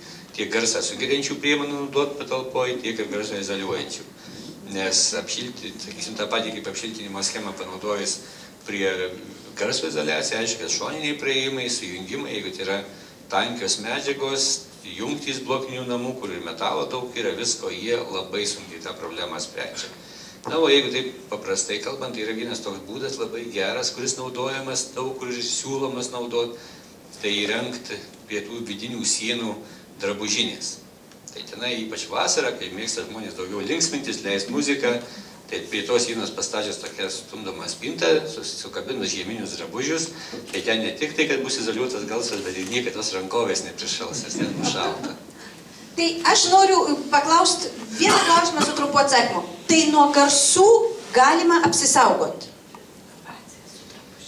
Viskas galima sakyti. Šiais laikais, matau, tokia statybos paroda, čia visiems klausimam yra sprendimų, bet tai kainuoja, tai reikia turėti žinių ir tai turi tam tikras pasiekmes ir dažniausiai tai yra susiję su ploto sumažėjimu. Ir dar vienas blogas dalykas labai, jeigu tai yra susiję per virtuvę. Tada vis tiek žmonės, vakar buvo tokia mintis, kad jie daugiau neturtingi žmonės gyvena ir galbūt jie nelabai tų pinigų turi, iš tikrųjų netiesa yra. Yra ir žmonių, kurie yra turtingi ir, kaip sakė pirmininkas, galbūt dėl to ir neįsileidžia viena iš priežasčių keisti sistemą, kad pas juos investuotojai tą butą daugiau negu jis kainuoja.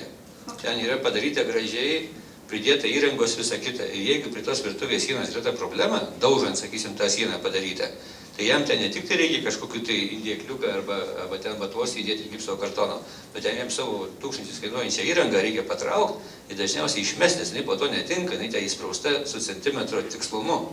Ir toje vietoje jau yra problema tikrai, pirmininkas labai sako, čia mes irgi susidūrė su ta problema, kad jie savo butą labai brangina ir netgi jie aukoja labai daug tų nepatogumų, kad išlaikytą savo susikūrstą tokį pasaulį, galbūt, kaip architektas sakė, pasirodyti norėdami ir prieš kitus, bet ne visi jūs leidžia pamatyti ir visą kitą. Tai sprendimų yra tikrai, bet jie yra sudėtingi ir, na, pablogindantys kitas sąlygas. Vadinasi, vilties yra, reikia protingo kaimyno, tegu triukšmauja į sveikatą, bet tegu užsisandarina iš savo pusės ir reikia galvos, protingo sprendimo. Vadinasi, garsą galima izoliuoti. Pone Audrone, o tai kaip dabar padaryti, kad neišeitų ta brangi visom prasmėm šiluma? Nu, aš jau čia turbūt labai naujo nieko nepasakysiu, nes kaip ir su ta rankovių, šiluma... jeigu pasakysit, ką daryti, kad neprišaltų, tai jau čia bus nauja. Jau su ta šiluma, reiškia, kalbam tikrai senai ir čia kaip mūsų generalinis direktorius kažkada pasakė, kad jeigu mes čia su savo, reiškia, pardavimais lauktumėm renovacijos, tai turbūt mūsų jau senai gyvų nebūtų buvę. Nes parokas gal, šiaip aš aišku nesiruošiau čia kalbėti apie paroką, bet norėjau tik tai paminėti gal tokį dalyką, kad mūsų kompanija labai senai investuoja ne tik į renovaciją, bet ir visą tą energinį efektyvumą. Ta prasme, kad esam sukūrę visą eilę projektų ir tie pilotiniai projektai vykdomi Skandinavijos šalyse. Yra bandoma, analizuojama, žiūrima, kas, kaip kuriami nauji sprendiniai, nauji gaminiai, naujos technologinės galimybės. Na, o iš tiesų tą, ką mes turim Lietuvoje, tai čia tinka, reiškia, ir visoms kitoms šilumą izoliuojančioms medžiagoms, kurių iš tiesų yra daugybė, labai didelė gausa ir reikia tik tai sugebėti teisingai pasirinkti, prie kokios technologijos, kokią medžiagą reikėtų panaudoti.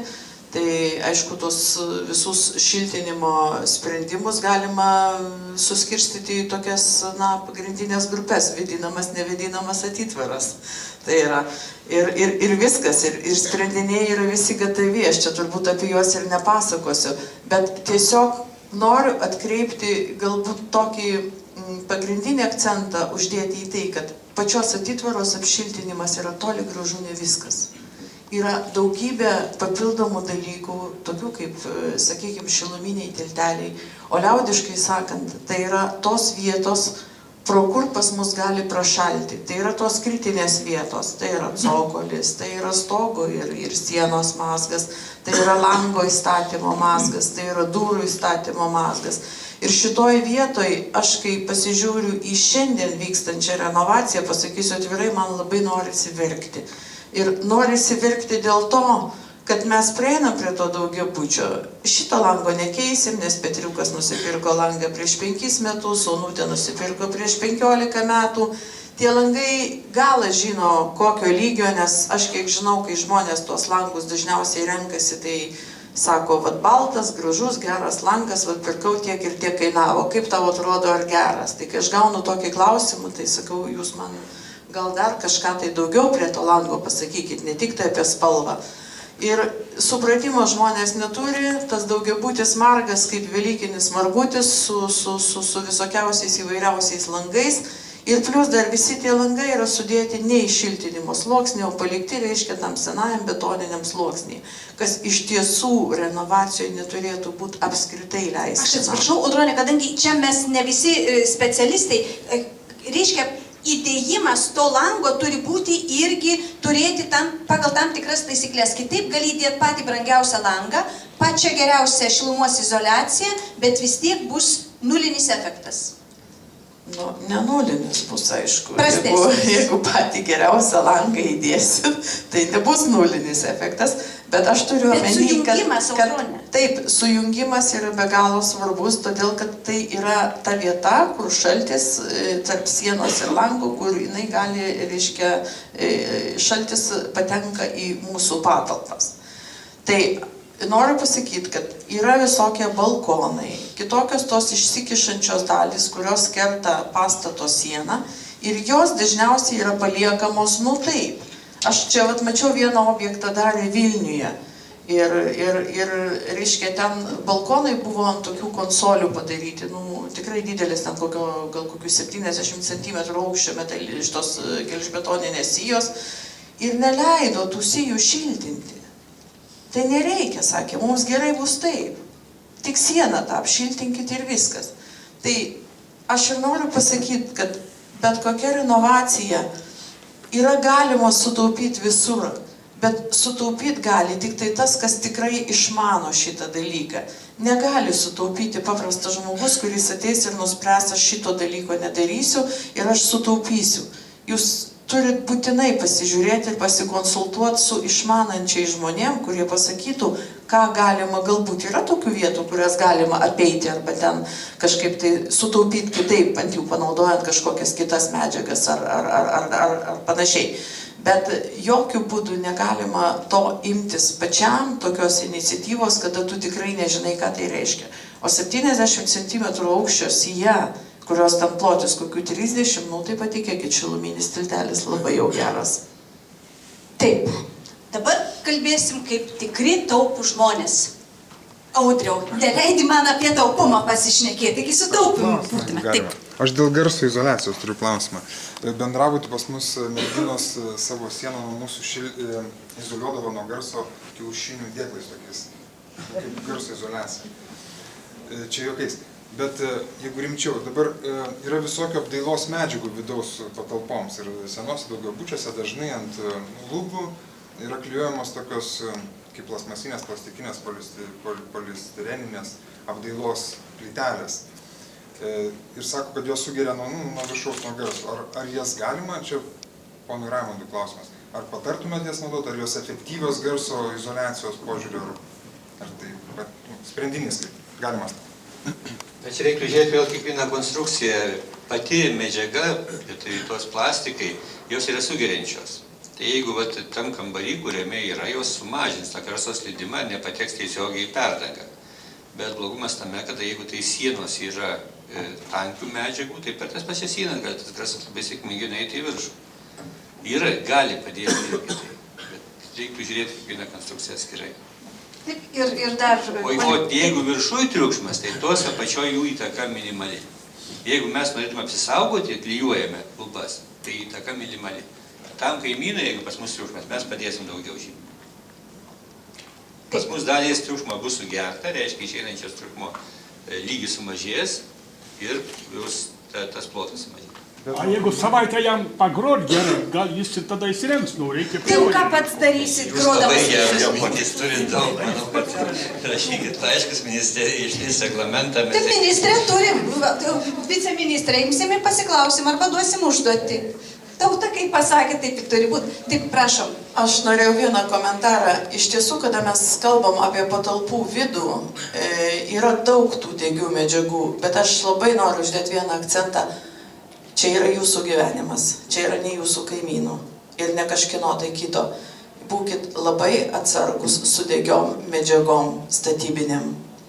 Ir tai yra tikrai labai rimta, ne veltui, reiškia, Fire Safe Europe yra padariusi be galo daug tyrimų, surinkusi labai didelę statistiką, kuri iš tiesų parodo, kad šiandien dienos duomenimis, reiškia, jeigu prieš 25-30 metų ugnies išplitimo laikas nuo kibirkšties iki pilnos ugnies buvo apie 15 minučių, šiandien tai pavirto 3 minutėmis. Reiškia, neduok Dieve gaisras, stvėrėt vaikus, gyvus padarus ir bėgat iš namų. Nieko daugiau nebedarot, nes niekam daugiau laiko nebėra, jeigu norit likti gyvi.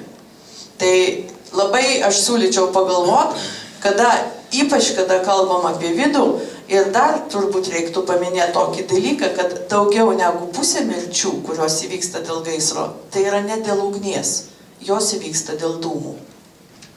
Taip, po tokių bauginančių dalykų aš vis tiek eisiu prie to taupumo. Užsisandarinom viską, apsišiltinom viską.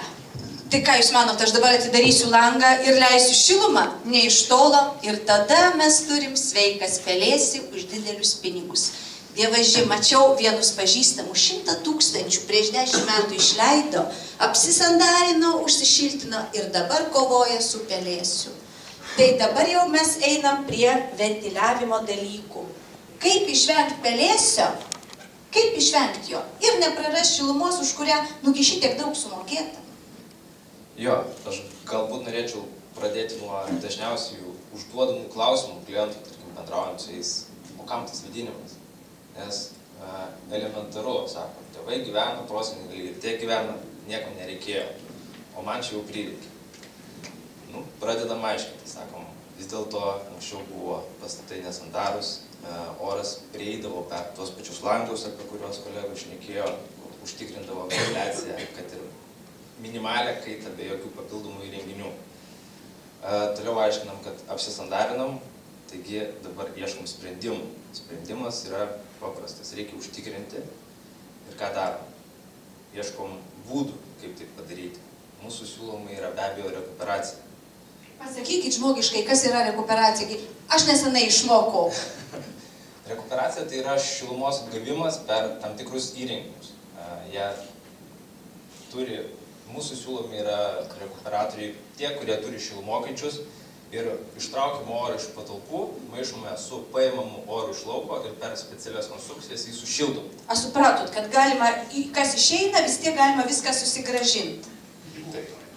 Bet pažiūrėkit, kiek galima susigrąžinti. Mes šiandien kalbam apie žmogų. Jeigu mes norim komforto, jeigu mes norim užtikrinti tą patį oro apsikeitimą, tai mes turim įsirengti kažkokias sistemas, kurios užtikrintų mums vėdinimą. Tai be abejonės, kitas klausimas būna tarp tų žmonių, o atsipirks man ta sistema. Tai atsiperkamumas yra šitoje vietoje labai paprastas. Jeigu mums po 5 metų renovacijos ar naujai pastatyto būto įsirengimo neužtikrinus vėdinimo teks darytis remontą nuo jūsų minėto pelėsio, tai šitoje vietoje mūsų atsiperkamumas labai greitas. Nes mes investavom, mes pasidarėm, bet mums nebereikia daryti remontą. O dabar pasižiūrėkim, ką turim situacijose. Naujai pastatyti namai, renovuojami pastatai, jie neturi pastovaus oro, kuris mums reikalingas, neturi reikalingos apykaitos ir kaupėsi pas mus realiai pelėsis. Dėl ko jis kaupėsi, nes turim per didelį drėgnumą patalpose. Jį mažinti reikia būtent reguliuoti oro apykaitą. Mes reguliuojam oro apykaitą, šalinam perteklinę susikaupusią drėgmę ir išlaikom reikalingą santykinį drėgnumą. Mūsų komfortiškas drėgnumas, tam, kad mes gerai jaustumėmės, kad nebūtų pelėsio, yra maždaug 30-65%. Pastatuose, kur mes matom, kad bėga per langus, kaupiasi kondensatas arba pelėsis atsiranda dėl būtent vietose, kur šalčių tilteliai, tai dažniausiai yra kur šaltesnis paviršius. Tai būtent ir yra to oro nebuvimo priežastis. Tai šitoj vietoj be abejo, jeigu žiūrint į žmogų, mums ir patiems jau ir patiems reikalinga būtent vėdinimas, dėl to, kad mes užtikrindami šviežią orą ir palaikydami mikroklimatą jaučiamės kitaip. Esant darbingesni, kitą dieną, tarkim, darbė jaučiamės geriau, darbą daugiau galim nudirbti, mūsų pačių fizikinė ir moralinė savijauta visai kitokia. Taipogi namuose, kas yra labai svarbu, tai, kad mes turim realiai aplinką, Vilnius miestas iš tikrųjų daug transporto, užterštumas didelis ir panašiai. Mes įsileisdami orą per tam tikrus įrenginius, kaip rekuperatoriai, apie kuriuos minėjom, galime išvalyti orą, mes jį galime komfortišką savo pasitiekti, nekenksmingą per filtrus specialius. Vis dėlto šeimos mažamečiai vaikai daug yra, tai labai svarbu, kad visi jaustume komfortą. Tai kadangi diskusijų žmogui yra tas pelėsis komfortas, yra dvi savybės. Trečioji labai didelė, kodėl rekuperacija. Vėdinimą mes galim užtikrinti paprastai, atsidarykim langą. Vėdinimas, tai galbūt reikia kitų faktorių, tokių kaip slėgio skirtumai ir panašiai, kad tas vėdinimas vyktų. Bet langą atsidarę mes iš tikrųjų išmetam savo šilumą lauk. Šildėmės pastatą, taupėm, galvojom, taupysim pinigus. Bet ne, vis dėlto atsidarom langą ir vėl 20% savo pinigų paleidžiam lauk. Tai dėl to reikalingas vėdinimas būtent su rekuperacija. Daugiabučiuose yra turbūt dabar sunkiausia tema, nes individualus namas jau pagalvoja, jau daugelis žmonių žino, kad iš tikrųjų tai bus reikalinga ir tie sprendimai paprastesni yra. Didėja pardavimai rekuperatorių? Be abejo. Tendencija tokia yra. Jo, džiugu, kad didieji daugiabučiai naujos statybos įsijungia jau į sprendimus, nes be abejo turi 18 metais klasė būti jau suteikiama, o be rekuperacijos to nepasieksim. Ir džiugu, kad tie statytojai jau, tarkim, kaip Haneris paminėsiu, įsirengė rekuperacinės vėdinimo sistemas. Daugiabučiame? Taip, naujai statomi. Todėl, aišku, jie susidūrė su daugybė niuansų, nes tai jie buvo pirmieji berods, tai didysis niuansas, kur ir aplinkos ministerija, žinau, buvo daug kalbinta, kad vis dėlto reikia išspręsti oro paėmimo ir išmetimo klausimą. Kiekvienas langas realiai bute yra kaip traktuojamas kaip oro paėmimo anga. Ir tarp oro paėmimo ir išmetimo turi būti būtinai atstumai. Atstumas yra 3 metrai. Kaip padaryti ant vienos sienos būtent ir paėmimą ir išmetimą. Todėl, kadangi neišėjo sutarti, atstumų išlaikyti tokių negalima, jų mažinti neleidžia, tai gavosi tokia situacija, kad taip sistema buvo branginama, oro paėmimas daromas per sieną, išmetimai per šachtą, per esančias įrengtas šachtas, jas ten specialiai irgi vėlgi reikia įrengti ir panašiai. Visą tai galima ieškant sprendimų, darant kažkokį dialogą kartu visiems rasti paprastesnį, galbūt mažinti atstumus, nes iš tikrųjų mūsų oras esantis mūsų gyvenamuosiuose namuose, tai jisai nėra toks nešvarus. Jisai yra pakankamai švarus, todėl tie atstumai, jeigu būtų leidžiami sumažinti, tai būtų galima iš tikrųjų viską paprastinti. Ir dabar, kai bus, vėlgi minėjau, kad iš to naujam katalogė atsirado rekuperacija, tai įdomu, kaip bus bendras kompleksinis sprendimas žiūrimas, nes iš tikrųjų, jeigu vienas darysis taip, kitas darysis taip, tai tikrai bus daug niuansų, daug nesutapimų, todėl turi projektuotojai šito vietoje irgi daug dirbti, surasti bendrą kažkokį sutarimą ir žiūrėti tai, kad iš tikrųjų būtų ne tik padarėm, bet reikia padaryti ir naudotis, nes jeigu mes padarysim ir vis dėlto vėl nesinaudosim, kaip būna irgi, jeigu senuose pavyzdžiuose. Taigi jau įdėsim didelius pinigus ir nesinaudosim, čia man atrodo. Jeigu įdėsim netinkamus įrenginius, kaip pavyzdys jo, tai eksploatacija gali būti tokia pati, kaip ir neįdėjus. Vis tiek gali tekti atsidaryti langą, jeigu tinkamai neveiks žiemos metu prie šalčių. O rekuperacija būtent yra esminis dalykas, kad jinai turi veikti visada ir vasarą, ir žiemą. Supratom. Kiek kainuotų vienam būtui? Be abejo, sakau, kaina šitoj vietoj yra priklausomai nuo sprendimų. Jeigu bus paprastos sistemos įdiegtos tiesiog oro paėmimų, užtikrinančių, kad oro kaita vyktų, kad mes neturėtume pelėsių, gali būti galbūt 3-5 tūkstančių, kaip pavyzdys. Bet dėrėtis galima, nenusigaskit iš karto. Gali būti, tarkim, bet jeigu mes vėlgi paimsim šaltą orą, jį praleisim pro savo namus, pasidarysim tą vėdinimą, bet nepagalvosim, kaip maksimaliai daug išsaugoti šilumos, tai galim pigiai padaryti. Bet jeigu norim daryti gerai, tai vis tiek kaina gali siekti ir 10 000, kaip pavyzdys. Taip, dėkoju. Taip, tai iš tos diskusijos, kuri čia vyko 1,5 valandos, aš atkreipčiau keletą tokių dalykų esminių. Iš tikrųjų, mes vėl šiek tiek nukrypom nuo žmogaus, nes mes dabar kalbam apie pastatus, ką daryti juose, kaip juos keisti. Pagrindinis dalykas vis tik tai yra žmogus. Kai mes kalbam apie modernizavimą, pagrindinį klausimą, ką uždado žmonės, ir va čia buvo tik klausimas, kiek tai man kainuos ir kada tai atsipirks. Klausimas atgal, ar jūsų automobilį, kai perkat, jūs skaičiuojat, kada jis atsipirks? Keičiant tepalus automobilyje, kada atsipirks tepalai, ne? Tai kitas klausimas toks irgi bendras, ar apsimoka gyventi, ar atsiperka gyvenimas, taip? Tai ar jūs norit gyventi pastate užsitikrinus tam tikras komforto sąlygas, ar jūs norit ir išleisti tam tikrą dalį pinigų, ar jūs norite gyventi senam būste, turėti problemų, bet už tai jūs sutaupysit pinigų, turėsit daugiau pinigų vaistam. Tai vienas dalykas, į ką aš noriu atkreipdėmėsi per 20 metų, tai nėra akcentuojama. Tai yra, mes kalbam visą laiką apie pinigus.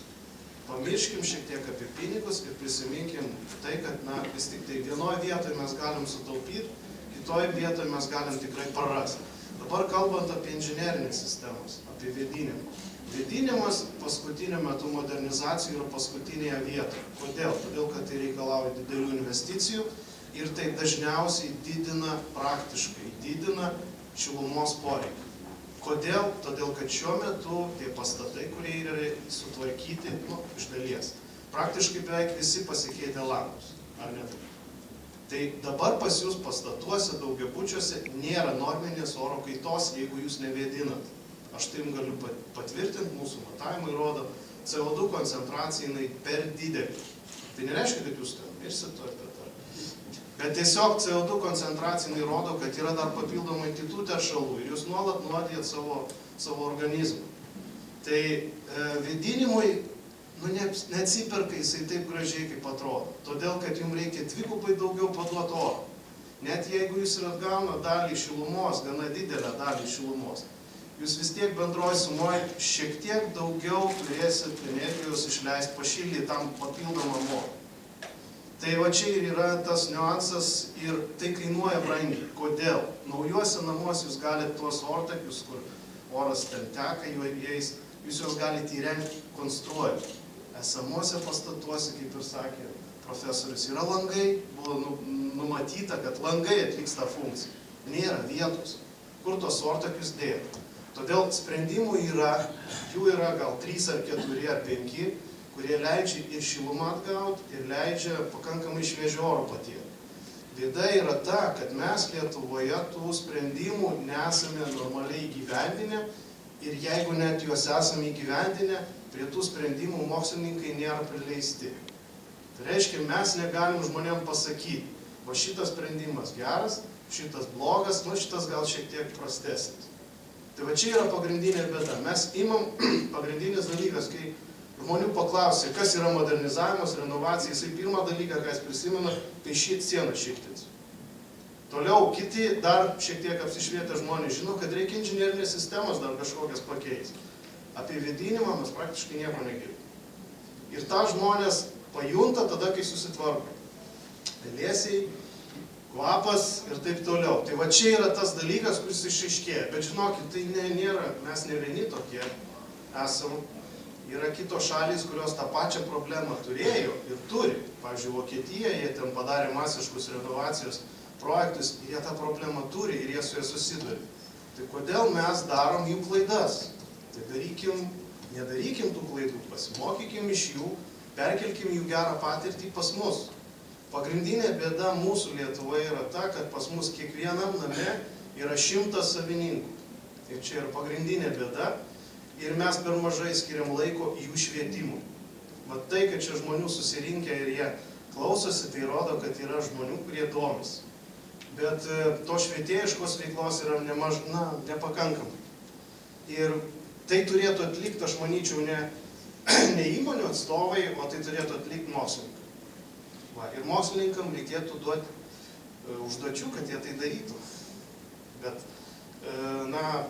kažkaip nelabai tos mokslininkai žiūri.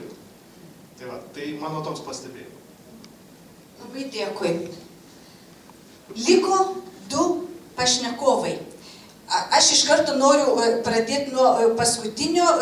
Pone viceministrė, jau, kaip matėte, jūs daugybę tokių ir klausimų, ir prašymų, taip kad jūs būsite tas žmogus, kuris apibendrinsit, nes ir akademinė bendruomenė baksnojo į jūs gerai, to žodžio prasme, kad imkit mus ir naudokitės mumis, ir specialistai. O dabar dar noriu pašnekinti svečią iš Klaipėdos. Jūs esate tas žmogus, kuris konkrečiai vadovaujat renovavimo darbams. Sakykit, jūs čia išgirdot, ką sako specialistai, kokius klausimus užduoda gyventojai, o su kuo jūs susidurėt? Ar jūs tikrai taip nenorit gerai modernizuoti? Ar jums kažkas kažko neleidžia? Čia mano toks klausimas, baigiantis, kad trupučiuką pakelt nuotaiką. Prašau. Labai malonu, kad ir statybininkus prisimena. Visi mokslininkai yra, projektuotojai yra, ekspertai yra. Bet statybininkai tai paskutinė grandis, kurioje arba karia visus šunis, jeigu blogai padaryti darbai, arba šiaip keikia, kad jie pinigus grobia, daugiau nieko nedaro. Tai mano toks pastebėjimas, kad, kiek teko mūsų praktikoje susidurti, tai labai patarčiau, kas susidūrė, jau čia yra pirmininkai, ar susidūr su renovacijom, tikrai labai gerai išnagrinėti savo pastatą. Tai, nes tipiniai sprendimai, jie niekada nebūna geri. Tai kiek mes esam susidūrę, tai arba patys sprendžiam, arba samdo bendryje ekspertus, nes labai paprastas pavyzdys. Susidūrėm su tokiu atveju, kad tipiniai sprendimai reikėjo ventiliuojamą fasadą daryti, pastatas 9 aukštų, nukrypimas pastato 20 cm pagal vertikalę. Jokie ten kronšteinai netinka, bet turi daryti, lėšų reikia daugiau, o jeigu būtų tai spręsta projektavimo stadijoje arba prieš statybos darbus, tai manau, kad tai būtų tikrai išspręsta, galbūt parinkta kita sistema apšiltinimo ir taip toliau. Tai toj vietoj tikrai nepagailėkit pinigų ekspertam, kad jie spręstų kiekvieno pastato problemas individualiai. Šiaip taupimo būdų yra žymiai daugiau negu čia, kad minėjo, nes teko susidurti eilinis toks atvejis, kad suprojektuota 2 sluoksnių prilydoma danga, sakykime, kur masiškai projektuotojai tą daro, nors joks reglamentas statybų nedraudžia vienasluoksnės dangos. Kaip pavyzdį galiu pasakyti, kad standartinis namas 800 maždaug kvadratinių metrų, tai jūs taupot kaip minimum 16 000 litų, jokių pablogėjimų jūsų stoge nebus, kadangi dangos atitinka visus reikalavimus, sertifikuotas. Ir jeigu Lietuvoje, sakykime, daroma per metus, sakykime, 500 namų, tai iš 20 000, kiek čia gaunasi? Daug, 10 milijonų turbūt galima sutaupyti vien tai, kad samdyti kvalifikuotesnę darbo jėgą, kuri sugeba daryti būtent taip ir taupyti tuos pinigus, kur tikrai visiškai nebūtina. Tai va tokie mano pastebėjimai, būtent, kad tikrai nepagailėkit pinigų ekspertizė. Ir dabar jau noriu kreiptis į aplinkos viceministrę. Šiaip mes sąmoningai jūs palikom pabaigai, nes ir kviečiamės visada į diskusiją žmonės, nuo kurių priklauso sprendimai. Bet mes čia taip ir pusiau juokais, ir viską rimtai kalbėjom. Yra tokie dalykai, kuriuos mes išgirdom. Yra pasiūla, kas dabar yra siūloma pakete modernizavimo. Ir yra paklausa, ko reikia, kurią įvardino. Yra specialistai, kurie turi daugybę dalykų, akcentų sudėlioja, kurie mums va čia besiklausant atrodo labai protingi ir galintys keisti situaciją. Ir yra akademinė bendruomenė, kuri sako, mes esam jėga, mes turim daug pasiūlymų, imkite iš mūsų. Tai kviečiu tada ponę viceministrę Daivą Matonienę. Čia labai norėčiau, kad jūs sudėliotumėt ir pasakytumėt, ar iš ties yra galimi kokie nors pokyčiai, o gal jums iš ties atrodo, kad mes čia trupučiuką perlenkėm lasdą ir kad viskas yra visai normaliai. Prašau. Ačiū labai.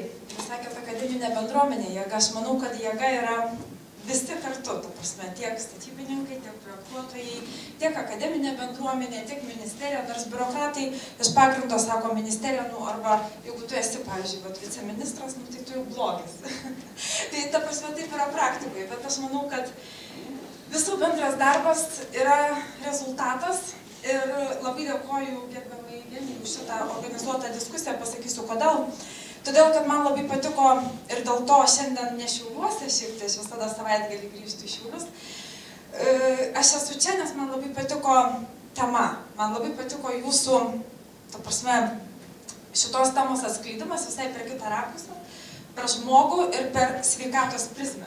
Tikrai mes per mažai diskutuojam, arba labiau diskutuojam, labiau dedam Lietuvoje akcentus, ką ir gerbiamas akademinės bendruomenės atstovas paminėjo per pinigus, ne? Kad visur sakom jo ir aplinkos ministerija sako, energetinis efektyvumas mums yra svarbiausia. Taip, mums yra svarbiausia. Bet šiandien to yra labai daug kitų problemų, tai yra sveikatos, tai yra socialiniai, tai yra ekonominiai, aišku, ir aplinkos sauginiai, bet tikrai tas akcentas man labai patiko ir aš manau, kad toliau mums tą diskusiją, kalbant apie masinę daugiabučių namų renovaciją, vis dėlto mes turime galvoti labai globaliai ir labai kompleksiškai. Kalbant apie vėdinimo pasiūlymus, tai aš noriu pasakyti, kad taip pat mes pritarėm ir tikrai diskutavom ne kartą dėl vėdinimo problemų ir su jumis, ir su kitais kolegom. Tai CPO katalogė galimybė šita yra įdėta viena prievolė investicinių planų rengėjam, rengiant 3 alternatyvinius pasiūlymus į vieną iš tokių, kad tai būtų pateikiama su vėdinimo, reiškia, sprendiniais. Ir ką sakė, vėl grįšiu prie akademinės bendruomenės pasiūlymo, reikia žmonės šviesti, žmonėm reikia pateikinėti, jiem reikia aiškinti, bet reikia suprasti, kad jie daro sprendimą. Ta prasme, ministerija direktyvą nuleidusi, ne, jie nieko nepakeis. Žmogus turi suprasti, kad jam to reikia. Ir aš manau, kad tikrai reikia daugiau dėmesio skirti žmonių švietimui, aiškinimui ir kaip tokios konferencijos, aš manau, yra labai geras pagrindas tolimesnių diskusijų vystymui. Apie saugumą buvo kalbėta taip pat yra labai svarbu, nes, kaip ir sakė gerbiama iš Parok kolegė, kad labai svarbu saugumo užtikrinimą ir tik tai man labai nustebino, sako, kad matant šiandieninę renovaciją norisi verkti. Aš tai noriu pasakyti, man nesinori verkti. Man norisi džiaugtis ir tikrai džiaugtis žmonių pasikeitimu, o verkti nereikia, reikia tik tai identifikuoti, kas yra blogai ir operatyviai tą daryti ir spręsti. Ta prasme, man yra labai svarbu, kad ne tik mes šiandien padiskutuojam, man yra labai svarbu, kad mes ir toliau išlaikytumėm kontaktą. Jau kas su manim bendravė žino, man galima skambinti bet kada, ministerijos durys visada atviros. Ir aš visada stengiuosi operatyviai daryti pakeitimus teisinėje aplinkoje, jeigu to reikia. Jūs sakėte dėl atstumų. Taip, kad ten 3 metrų atstumas, kad yra toksai, ateikit, žiūrėkim, jeigu tikrai tas reikalavimas perteklinis pakeisim. Nemanau, kad čia yra kažkokia tai šventa karvė, ko pakoreguoti, ta prasme, negalima. Bet aišku, reikia pasižiūrėti techniškai, ar tai, ta prasme, vėl techniškai, technologiškai, iš projektuotojų pusės, ar tikrai viskas tvarkoja. Nes, aišku, ant tų senų daugiabučių, kada statyti dabar tas rekuperacinės sistemas, aš suprantu, kad techniškai yra, problema, ne? Tai kartu galim tą padaryti. Tai nežinau, kaip čia dar parezimuoti, noriu tikrai visiems padėkoti, ačiū labai už labai įdomią diskusiją. Aš tikrai daug ką pamačiau dar kitais kampais, dar kartą pasigilinsiu į išsakytas problemas ir manau, kad kartu mes pasistengsim padaryti, kad daugiabučių namų renovacija būtų pavyzdys, aš taip, ambicingai pasakysiu, visai Europai, nes patikėkit manim, ne tik jums skauda, kad renovacija vyktų kokybiškai, mums irgi taip pat labai. Nes aš žinau, kad jeigu pirmi namai bus padaryti kokybiškai, tai masinė daugiabučių renovacija tikrai bus, bet jeigu pirmi bus nepadaryti kokybiškai, arba mes negarantuosime geros kokybės, tai gali būti tik tai deklaracija ir gražūs šūkiai. Tai ačiū jums labai. Dėkoju. Ir